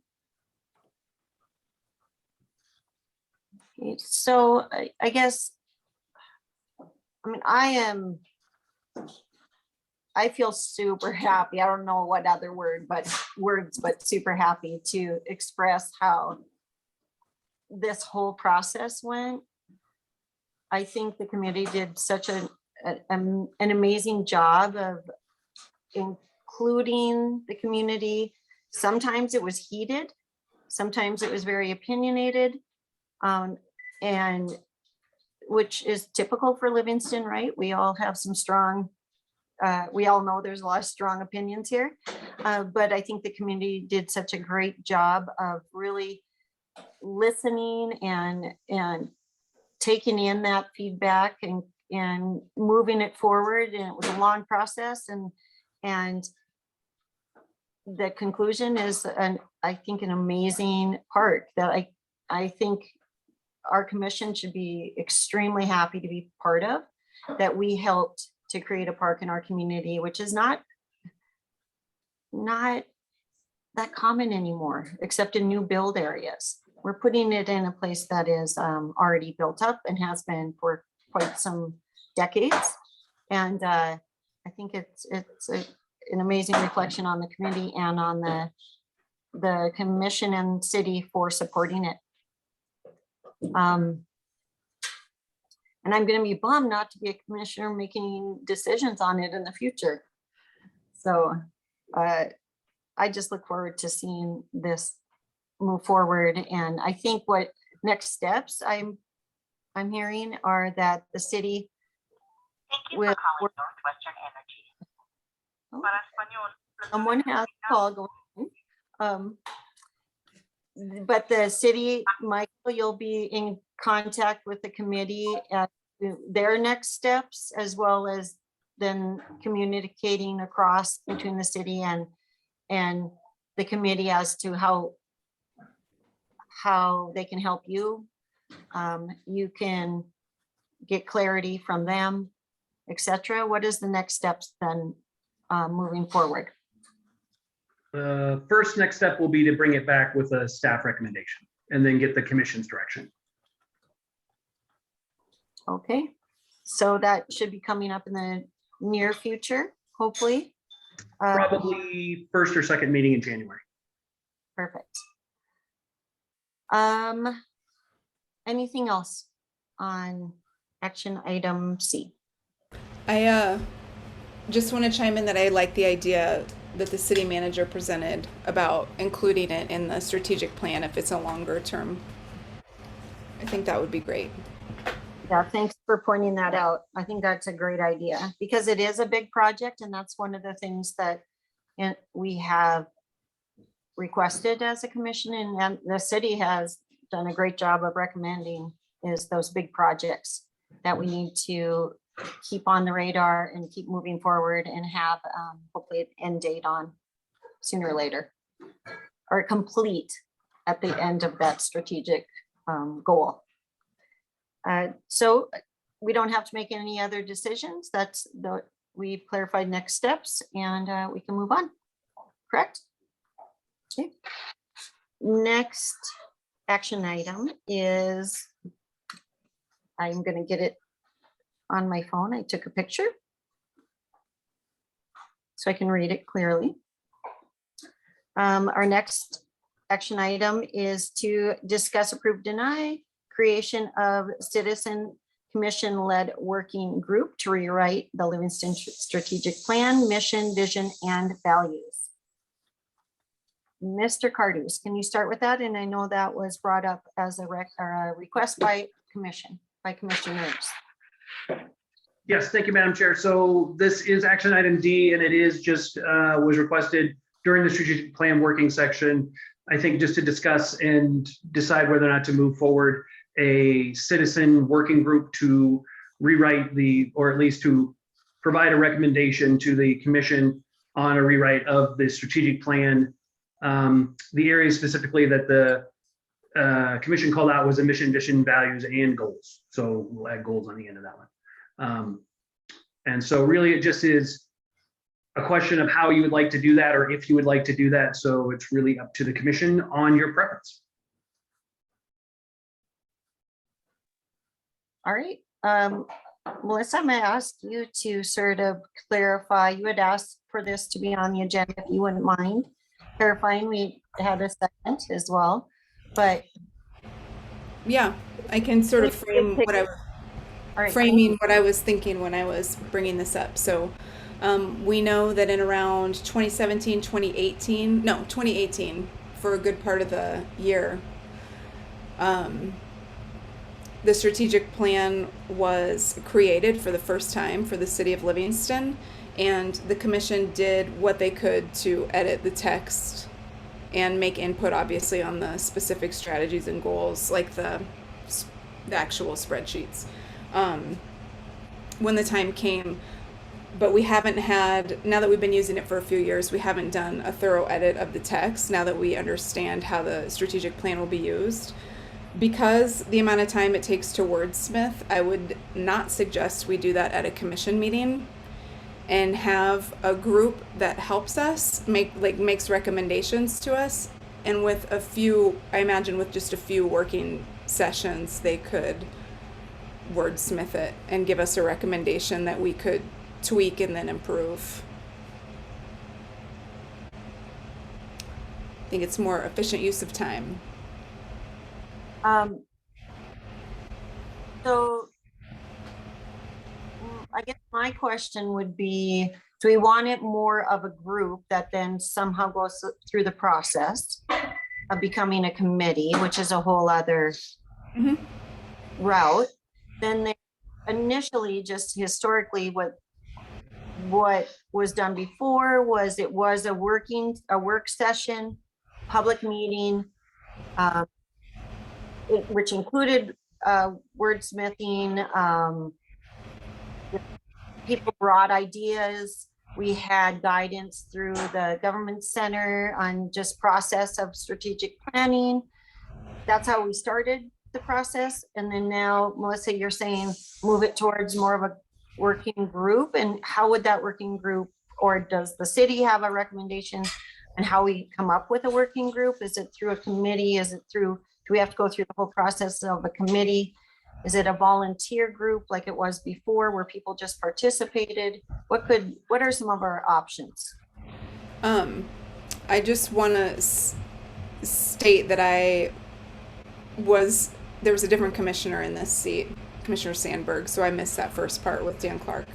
But I think there's three options, right, that the city manager laid out. One is the working group like we did with the impact fee recommendations, and that was just through the executive branch. I think it was like 3 people, and I believe Michael, I can't remember if he appointed them or if he recommended and we had to vote on it. But people applied. And then there's like our permanent boards. Like we all know what those are, right? Tree board, parks and trails, planning, etc. And that's like if the group is there to stay. And then there's a commission-led board that's created by the commission, but it's temporary. And that's what I was thinking. So would that be similar to a board that applies, Melissa, or is it more like before where people participated and became working members, but it wasn't official? I mean, they were always listed in the work sessions and signed up, but you would like to have people appointed? I'm not familiar with that process, people signing up that you said. So I would defer to Michael to explain the options between what you're describing and the one that he said last week, if he's able to elaborate. And I guess I should clarify, that was confusing. They participated and were signed up or signed in as participants during those work sessions, because it was, you know, a public meeting work session, just like we have now, but we do in other ways, but they weren't official members. They could come to some, they could give feedback in other ways to the commission. They could give it to the city, or they could attend, you know, for an hour. They could attend for every session, that kind of thing. That's more of that working group approach versus, you know, official members. So Michael, can you help us clarify or recommendations in cases like this? Sure. So it just depends on how you want to go forward. So what you're describing is really just a commission work session with public participation. And that's what we did the first time through. The public came in and participated. So they were just listed on the participation sheets. Basically just the attendance was taken for not only the commission, but the participants that were there, so people knew who participated in the strategic plan. So that's more of a commission work session with public participation. The temporary advisory committee established by the city manager, we've done that a few times. We did it for, I've done it for several, that's what I'm looking for, evaluations of different proposals. We did it with the CBB, the current one, the recommendation on the change in the form of government was the same method. That was a manager appointed group of people that reviewed and drafted the charter for the one that went to the ballot this fall. That was the same group. And we did it, I think you're right, we also did it for the impact fees. So we've done that a few times. Those are just a temporary advisory committee. It's established by myself as the city manager. Usually we either reach out to people that are experts in what we're talking about, or we just have a process where people can sign up and try and pick the best group. The commission version of that, because our code doesn't specifically address having a temporary advisory committee to the commission, we'll have to follow the procedures for any board, which means it would have to be appointed by the chair with the consent of the commission, is how that would have to work. So you would have some kind of application process. We would gather those applications, and you as a commission would have to pick the members that would go on. Specifically, the chair would have to appoint them, but with the advice of the consent of the commission, I would assume that would just be through a vote.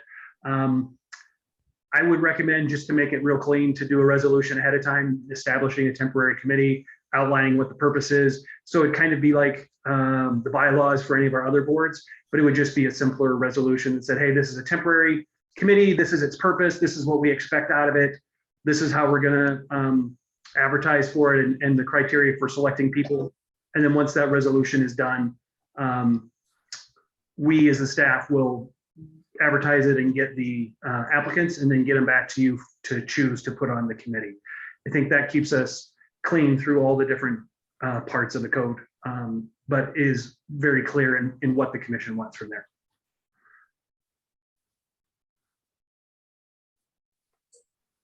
Okay. Do we want to open it to public comment as well before we move forward?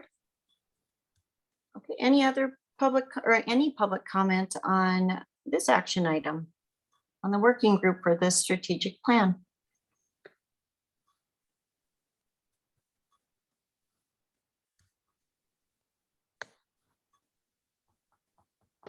Don't see chat, but I'm looking for hands.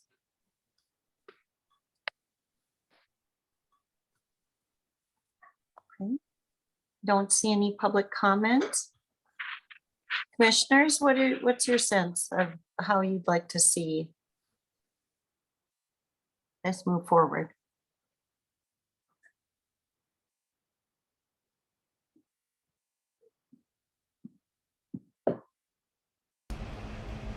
Well, I'll just jump right in. All right. I'll jump in. I think, you know, as Parks and Trails and zoning both have demonstrated tonight, our boards are amazing and they rise to the occasion. It seems like every single time.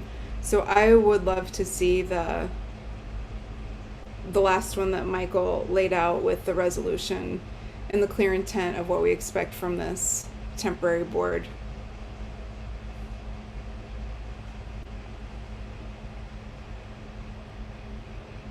I should also add the planning board to that too, because they also rose to the occasion this past year. They all have. Just a little bit. Yeah. Yeah, I like that idea.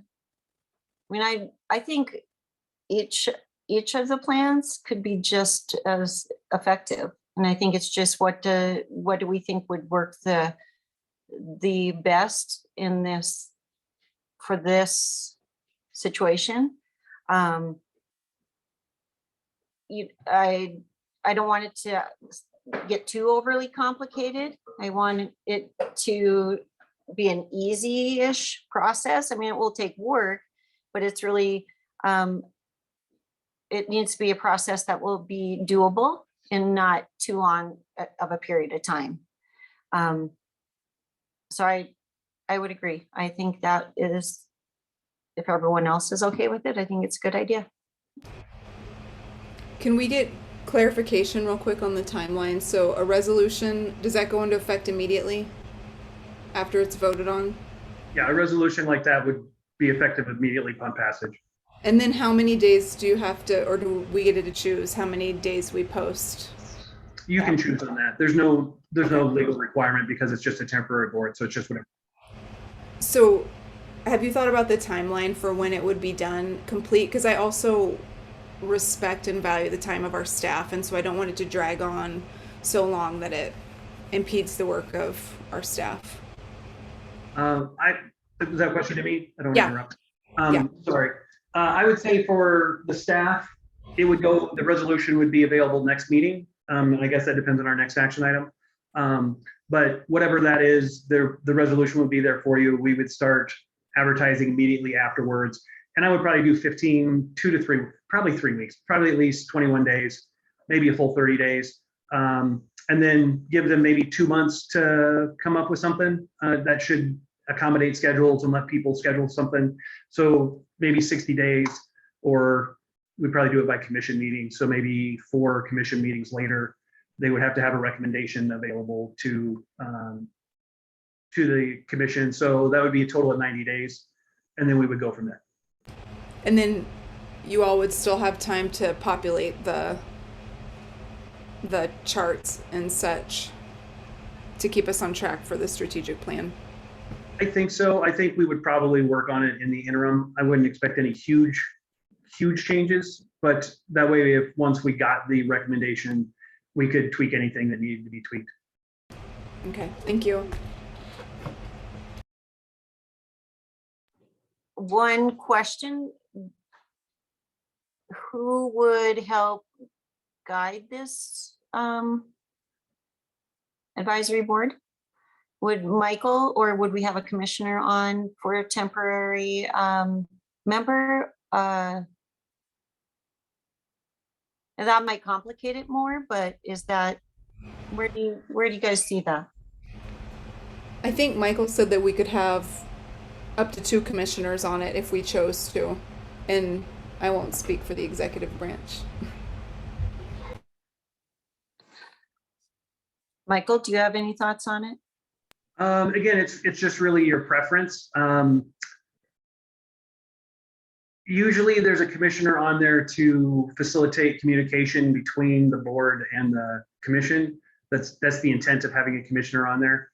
In this case, I'm not sure that's necessary because it's such a short time. I certainly could lead the discussion if they're just looking for somebody to technically run Zoom and give them how the strategic plan has been done in the past. And then they could come up with their recommendations from there. But it really just depends on how you as a commission would like to do that.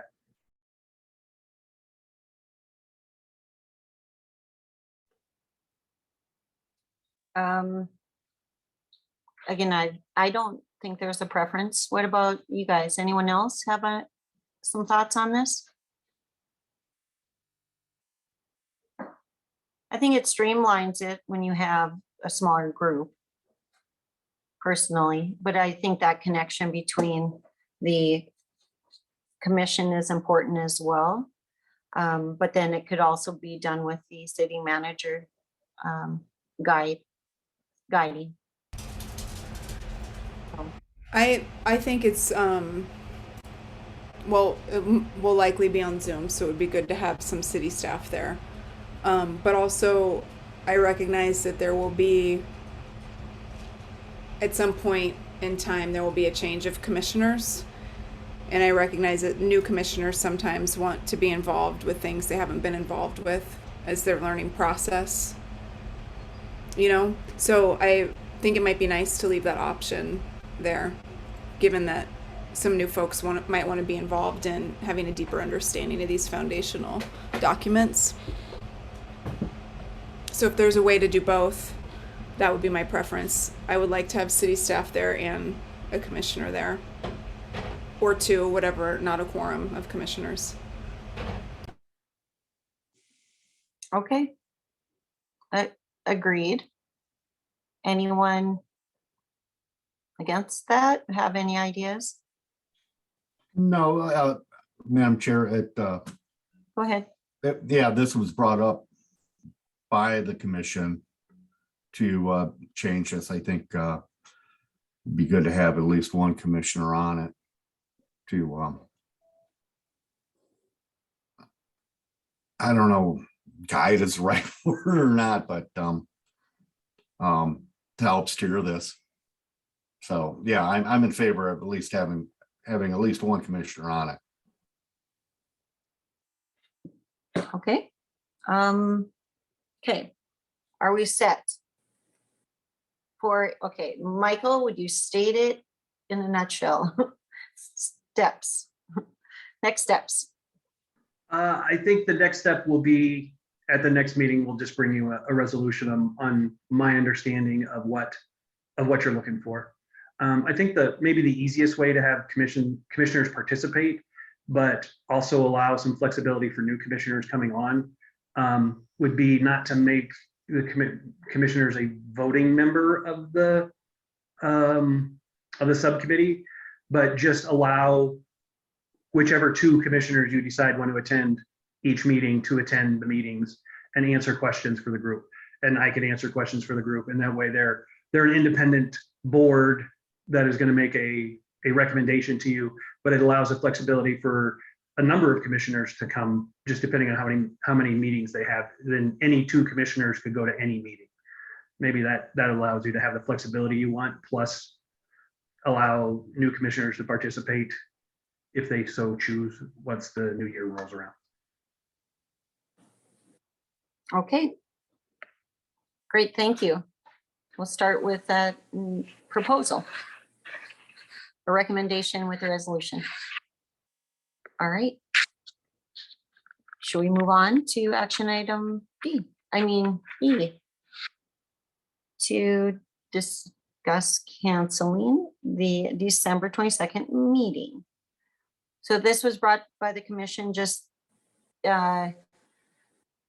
normally during sometimes during the month of July because of when meetings end up being close to the 4th of July, and or in December due to holidays. On occasion, November has been impacted, but not as much. We have moved meetings. So just discussing the possibility of moving or canceling the second meeting in December due to its proximity to the holidays, and then or not.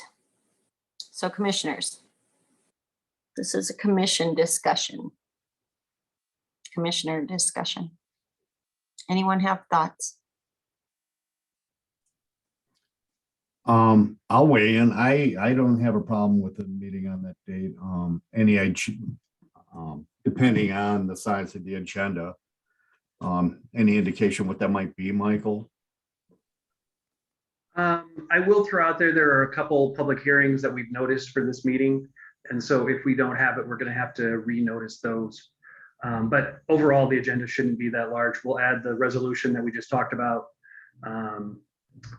And other than that, we've been trying to keep these last couple months pretty small. And I will, just as background, just as a reminder, because you may ask, Michael, why is there a meeting on the 21st of December? Because this is the schedule that we went over January that you voted on. So this was the commissioner approved schedule. So don't look at me. I'm not trying to make you work on Christmas. I'm not the Grinch.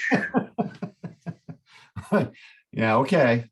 Yeah, well, there's my 2 cents. I'm okay with it. Thank you, I yield. I have a question on that. Thank you, Quentin. I have a question to Michael. I know that it hasn't been a heavy agenda, this one. We've had some really long ones, so it's probably a bit refreshing, I think, to have a little break. But as far as important work, we always have work. We always have something that needs to be voted on. So as far as that's concerned, are you with the already the resolutions or public hearings that we already have moved forward? Give us your feedback. Should we have a meeting or not? I'm gonna lay it down. I'll give you the staff opinion. The staff opinion would be, we would love to have a meeting. I'm sure Matthew would appreciate being able to move forward and not have to renotice his public hearings. Yeah, see, that's what Matthew says. But obviously it's your meeting and your choice. But for us this year, because Christmas kind of falls weird, we will be off the 23rd and the 24th, but the 21st is fine for us for a meeting. Okay, any other thoughts from other commissioners? Yeah, I got a thought. My thought is I don't get $1,000 bonus and Commissioner Newts can use a break. So that's my thought. I don't know about the rest of you, but we've been doing heavy lifting. I know I have for the commission and the planning board, and I would happily accept one less meeting as a holiday gift from you all, but that's just me. I would love to give you that holiday gift, but I'm only one commissioner, so and I'm on the fence. I could do either. Warren, Mel, come on, give us something. The 21st is fine with me. I mean, it's creating a little bit of a glitch if we don't, and I have no problem with it. Thank you. Mel? I don't know if Mel can talk tonight. I feel like we can get him off mute. Yeah, he doesn't know how to unmute. If he presses the space bar, will he unmute? I was gonna say, maybe he has the push to talk. Hmm. You can try that, Commissioner Friedman, if you want. Just hold down the space bar and see if that unmutes you.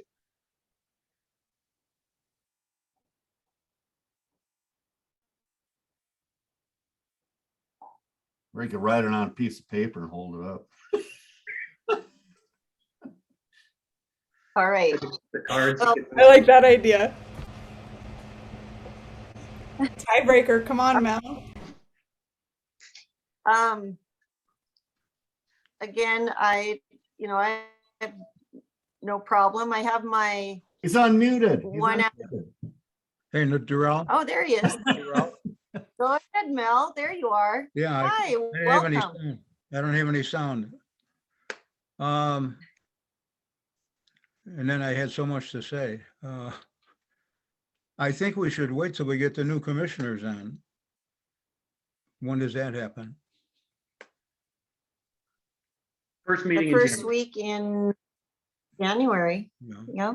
So what is that? The 4th, Yeah. January 4th. And I think that's the time we should start, because I would like to get some of those people adjusted and think about that. So I think we've got enough comment on it right now. It's going to happen, so, which is important. But I'd like to wait till we get the whole new commission, then we'll, by that time, have some, a little more direction. Can I ask, Okay. I have another question. Did we talk about Go ahead. action item B? No, you might not have heard that cut out, but we removed it out of their request. But it will be put onto a future agenda for consideration, just that they needed more information on, and they had some problems that they're trying to work through Okay, thank you. for the project. Yep. So we're kind of, it looks like 2-2 and someone in the middle. I'm not making the decision. Mm-mm. I don't have to. I'm almost done. Mhm. So, I mean, I really think that it has to be based on if the city really needs the work and would like the work done, I think, to get things moved through that have already started, or can they wait until that first meeting? That's really my opinion on it. Plus, I have a whole hour like going away speech I have for you guys planned. When do you want that? Just kidding. So kidding. Not my style. Okay, so what do you think? Let's move forward and make a decision. Did Mel weigh in? What do you think? Yeah, I don't know what we're waiting. On the meet, Just because right now we have people saying they're fine with it. City would like to finish up some work that has started this year and would like to have it finished. 2 commissioners are saying like just waiting and having that break as well would be appreciated. And waiting for the new commission to have then kind of make the decisions, I guess, on those items, but they have to be renoticed. And then 2 commissioners said they're fine with the date. I'm fine with the date. Understand both sides of it. So we just have to decide, yes or no. So are you in Just favor of because I'm meeting? chaired, I'm gonna have to. All right, I have a compromise. I have a middle ground. If you're interested. Yeah, Okay, We have I'm the interested meeting. in compromise. We have the meeting, but we notice it for 1 hour, and anything we can't get done in an hour is just done. amen, brother. Has it been noticed yet? The meeting hasn't been noticed, but the 2 ordinances have been, their public notices out for the public hearing. For the 21st. For the 21st, correct.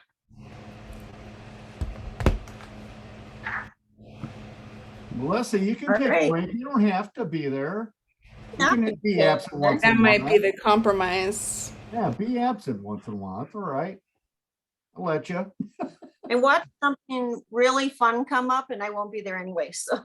But if it's only noticed for an hour, then there won't be time for Darrell's speech. I don't know, what am I gonna do with it? Yeah, that's why it's noticeable now. Oh, funny, funny. All right, we're gonna notice that if there's not a quorum, it's canceled. There it is. We only Okay. need three. We only need three. Mhm. That's all we need. That's right. And I think, so just so you know, Something's happened.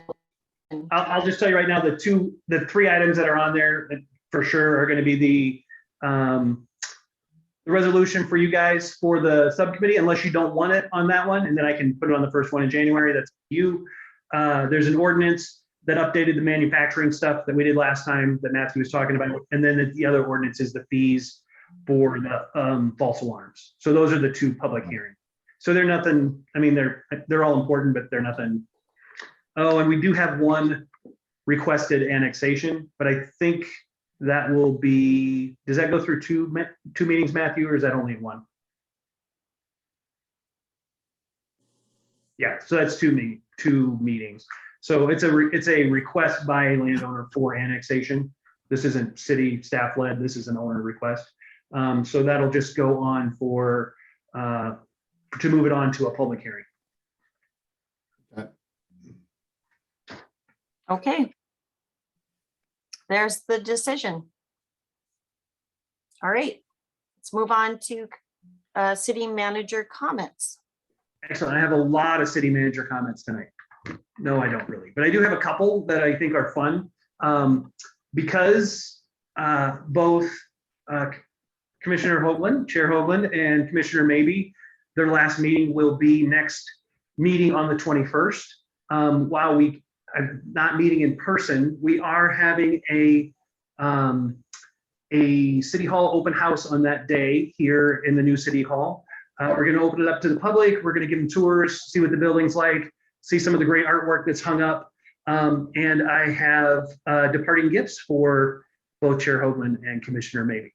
So they at least have to come to pick up their gifts.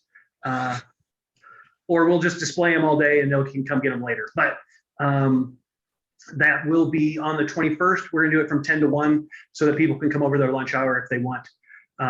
Just give mini tours, maybe have some hot chocolate in the conference room for people as they come through, just so people can get a look at it. We're not 100% completely have everything nice, but I finally put my pictures up on the wall. So I decided it was time in the Christmas spirit to do that. So that will be on the 21st. And then just a reminder that we will be closed the 23rd and the 24th this year because Christmas falls on Saturday.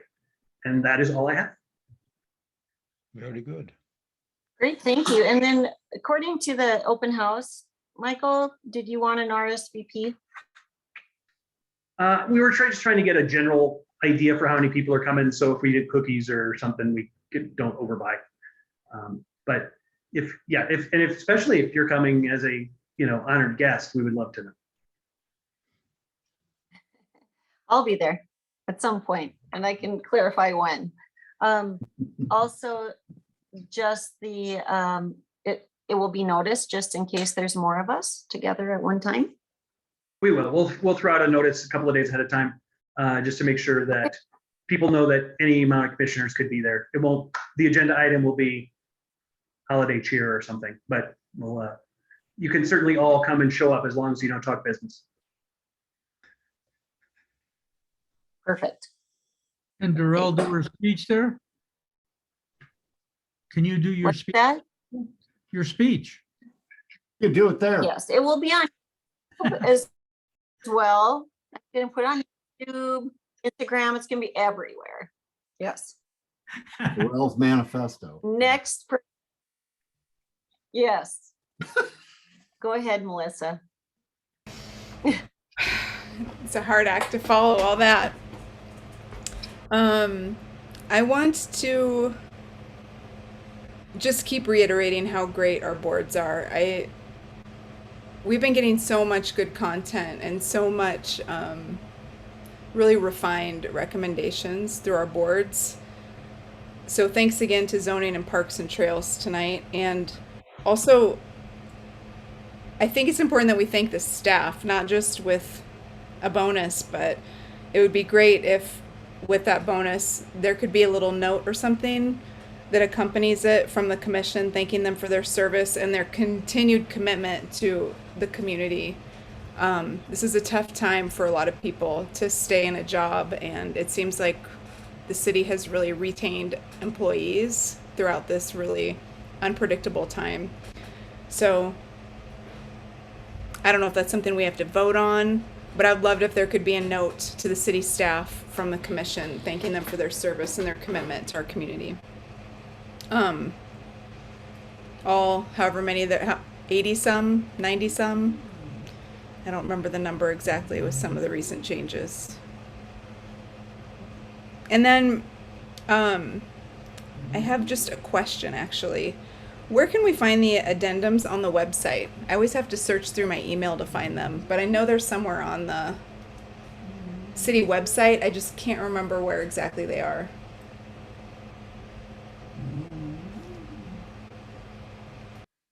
I know, I think some have been missed on occasion, but they're on the calendar too. If you click right in there and they have the agenda, and then the amendments will be, or addendum, sorry, will be added to that agenda when you go to the calendar. That's where I usually go. Helps me just to find them all together.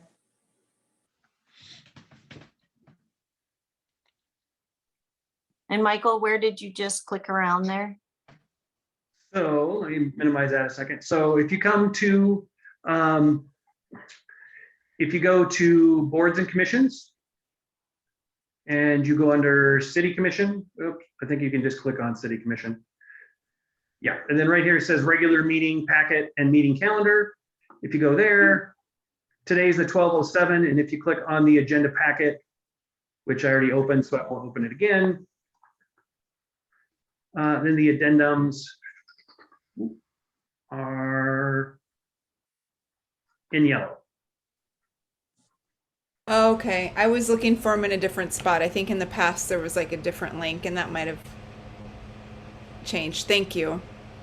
I think Faith tried to streamline it so you didn't have to go to separate links for the addendums. Mm-hmm. Once they were incorporated, they're just in the packet.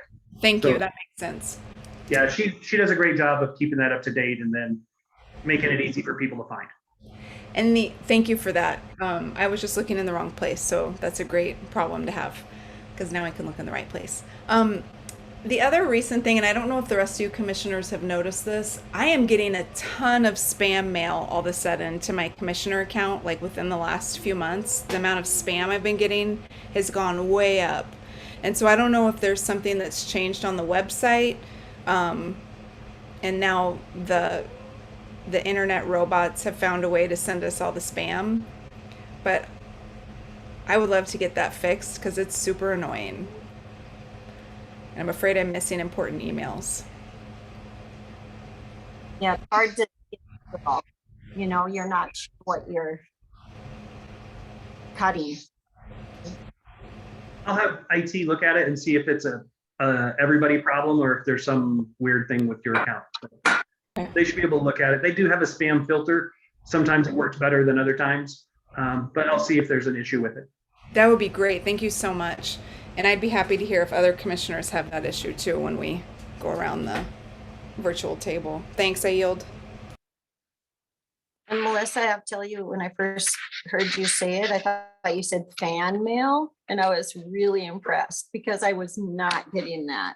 And I'm not getting any fan mail. I get none of that. I don't get fan mail. On your fan mail. Maybe after your speech, All right. though, it'll start rolling in. Thank you. Sure. Next, who do we have? Warren. Okay, I'm really looking forward to your speech. I'm hoping to glean some information for how to proceed forward as we get into the new year. But actually, I'm hoping for a better year for all of us. And I don't mean the commission, I mean all of us. It's been a real trudge, and I think we're getting a break, and I'd like to see that happen. One thing I've been loath to, or not loath, I've been bad on relaying information from the, and Quentin can back me up, from the market listening sessions, is people wanting more pickleball. The rec area is booked, and I know that's kind of a weird topic, but for whatever reason, it slipped my mind, and then it came back in a couple of days ago. So whatever can be done for expediting that or increasing the resources for doing that, there seems to be quite a bit of interest. With that, I will yield. I will say the pickleballers are very serious. They And are. They are. take pickleball seriously. Unfortunately, I think the only way to give them more floor time is to have another floor. So that's going to take an expansion. The Civic Center is heavily booked, and there are lots of groups that use it. So that actually is one of our problems right now that we're trying to address.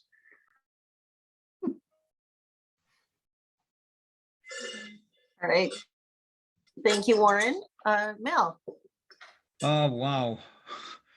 This year seems like 7 years. There's so much has gone on.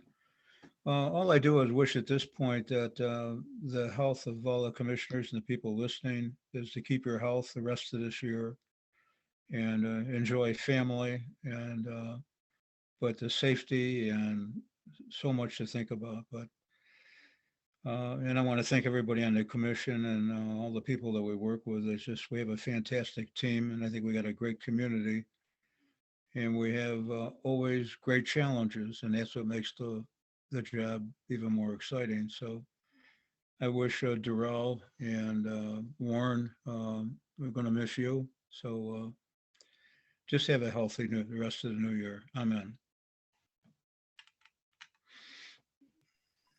Thank you, Mel.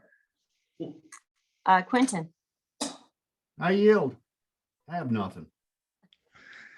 I did get a letter I just picked up yesterday that it's not as bad as one of the letters I remember presenting about that was completely racist, and I struggled with that one. But this one is more about Bennett Street and hoping to see some improvements. It does not have a signature. It says neighbors of the poor conditioned roads. Also reference M Street and but near the transfer station, and that the road seems to be getting worse and worse and seems to be at its peak of bad this year. So I don't know, Michael, if you know if there's some work coming up on patching. He said that they throw bricks into it on occasion themselves and some gravel, and it doesn't seem to help. I'm not surprised that doesn't help. If they're talking Garnier, that's one of our new streets, so we've only owned it for a couple of months now. I know there is a plan to redo all the streets in that area, but that's going to come with some of the other infrastructure upgrades.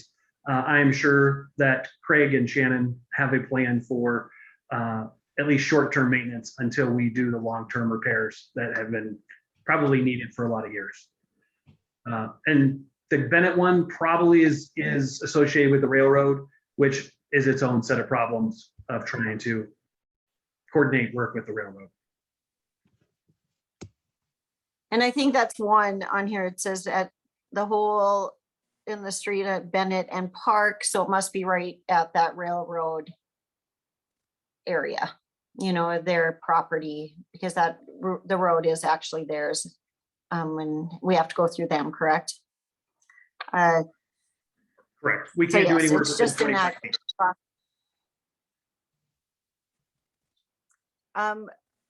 Also, thank you, Mel, for your kind words and all the positivity. I'm super proud of the team that we have as a commission. And the working with the city always is so appreciated.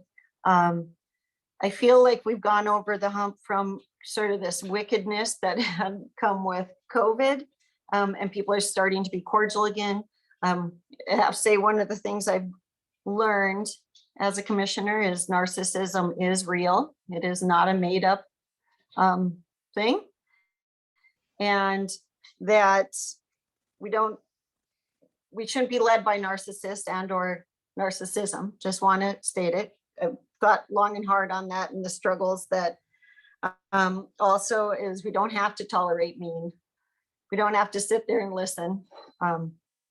And let's continue to stand up and do the right thing and treat people with kindness and continue on. All right, that's all I have for tonight.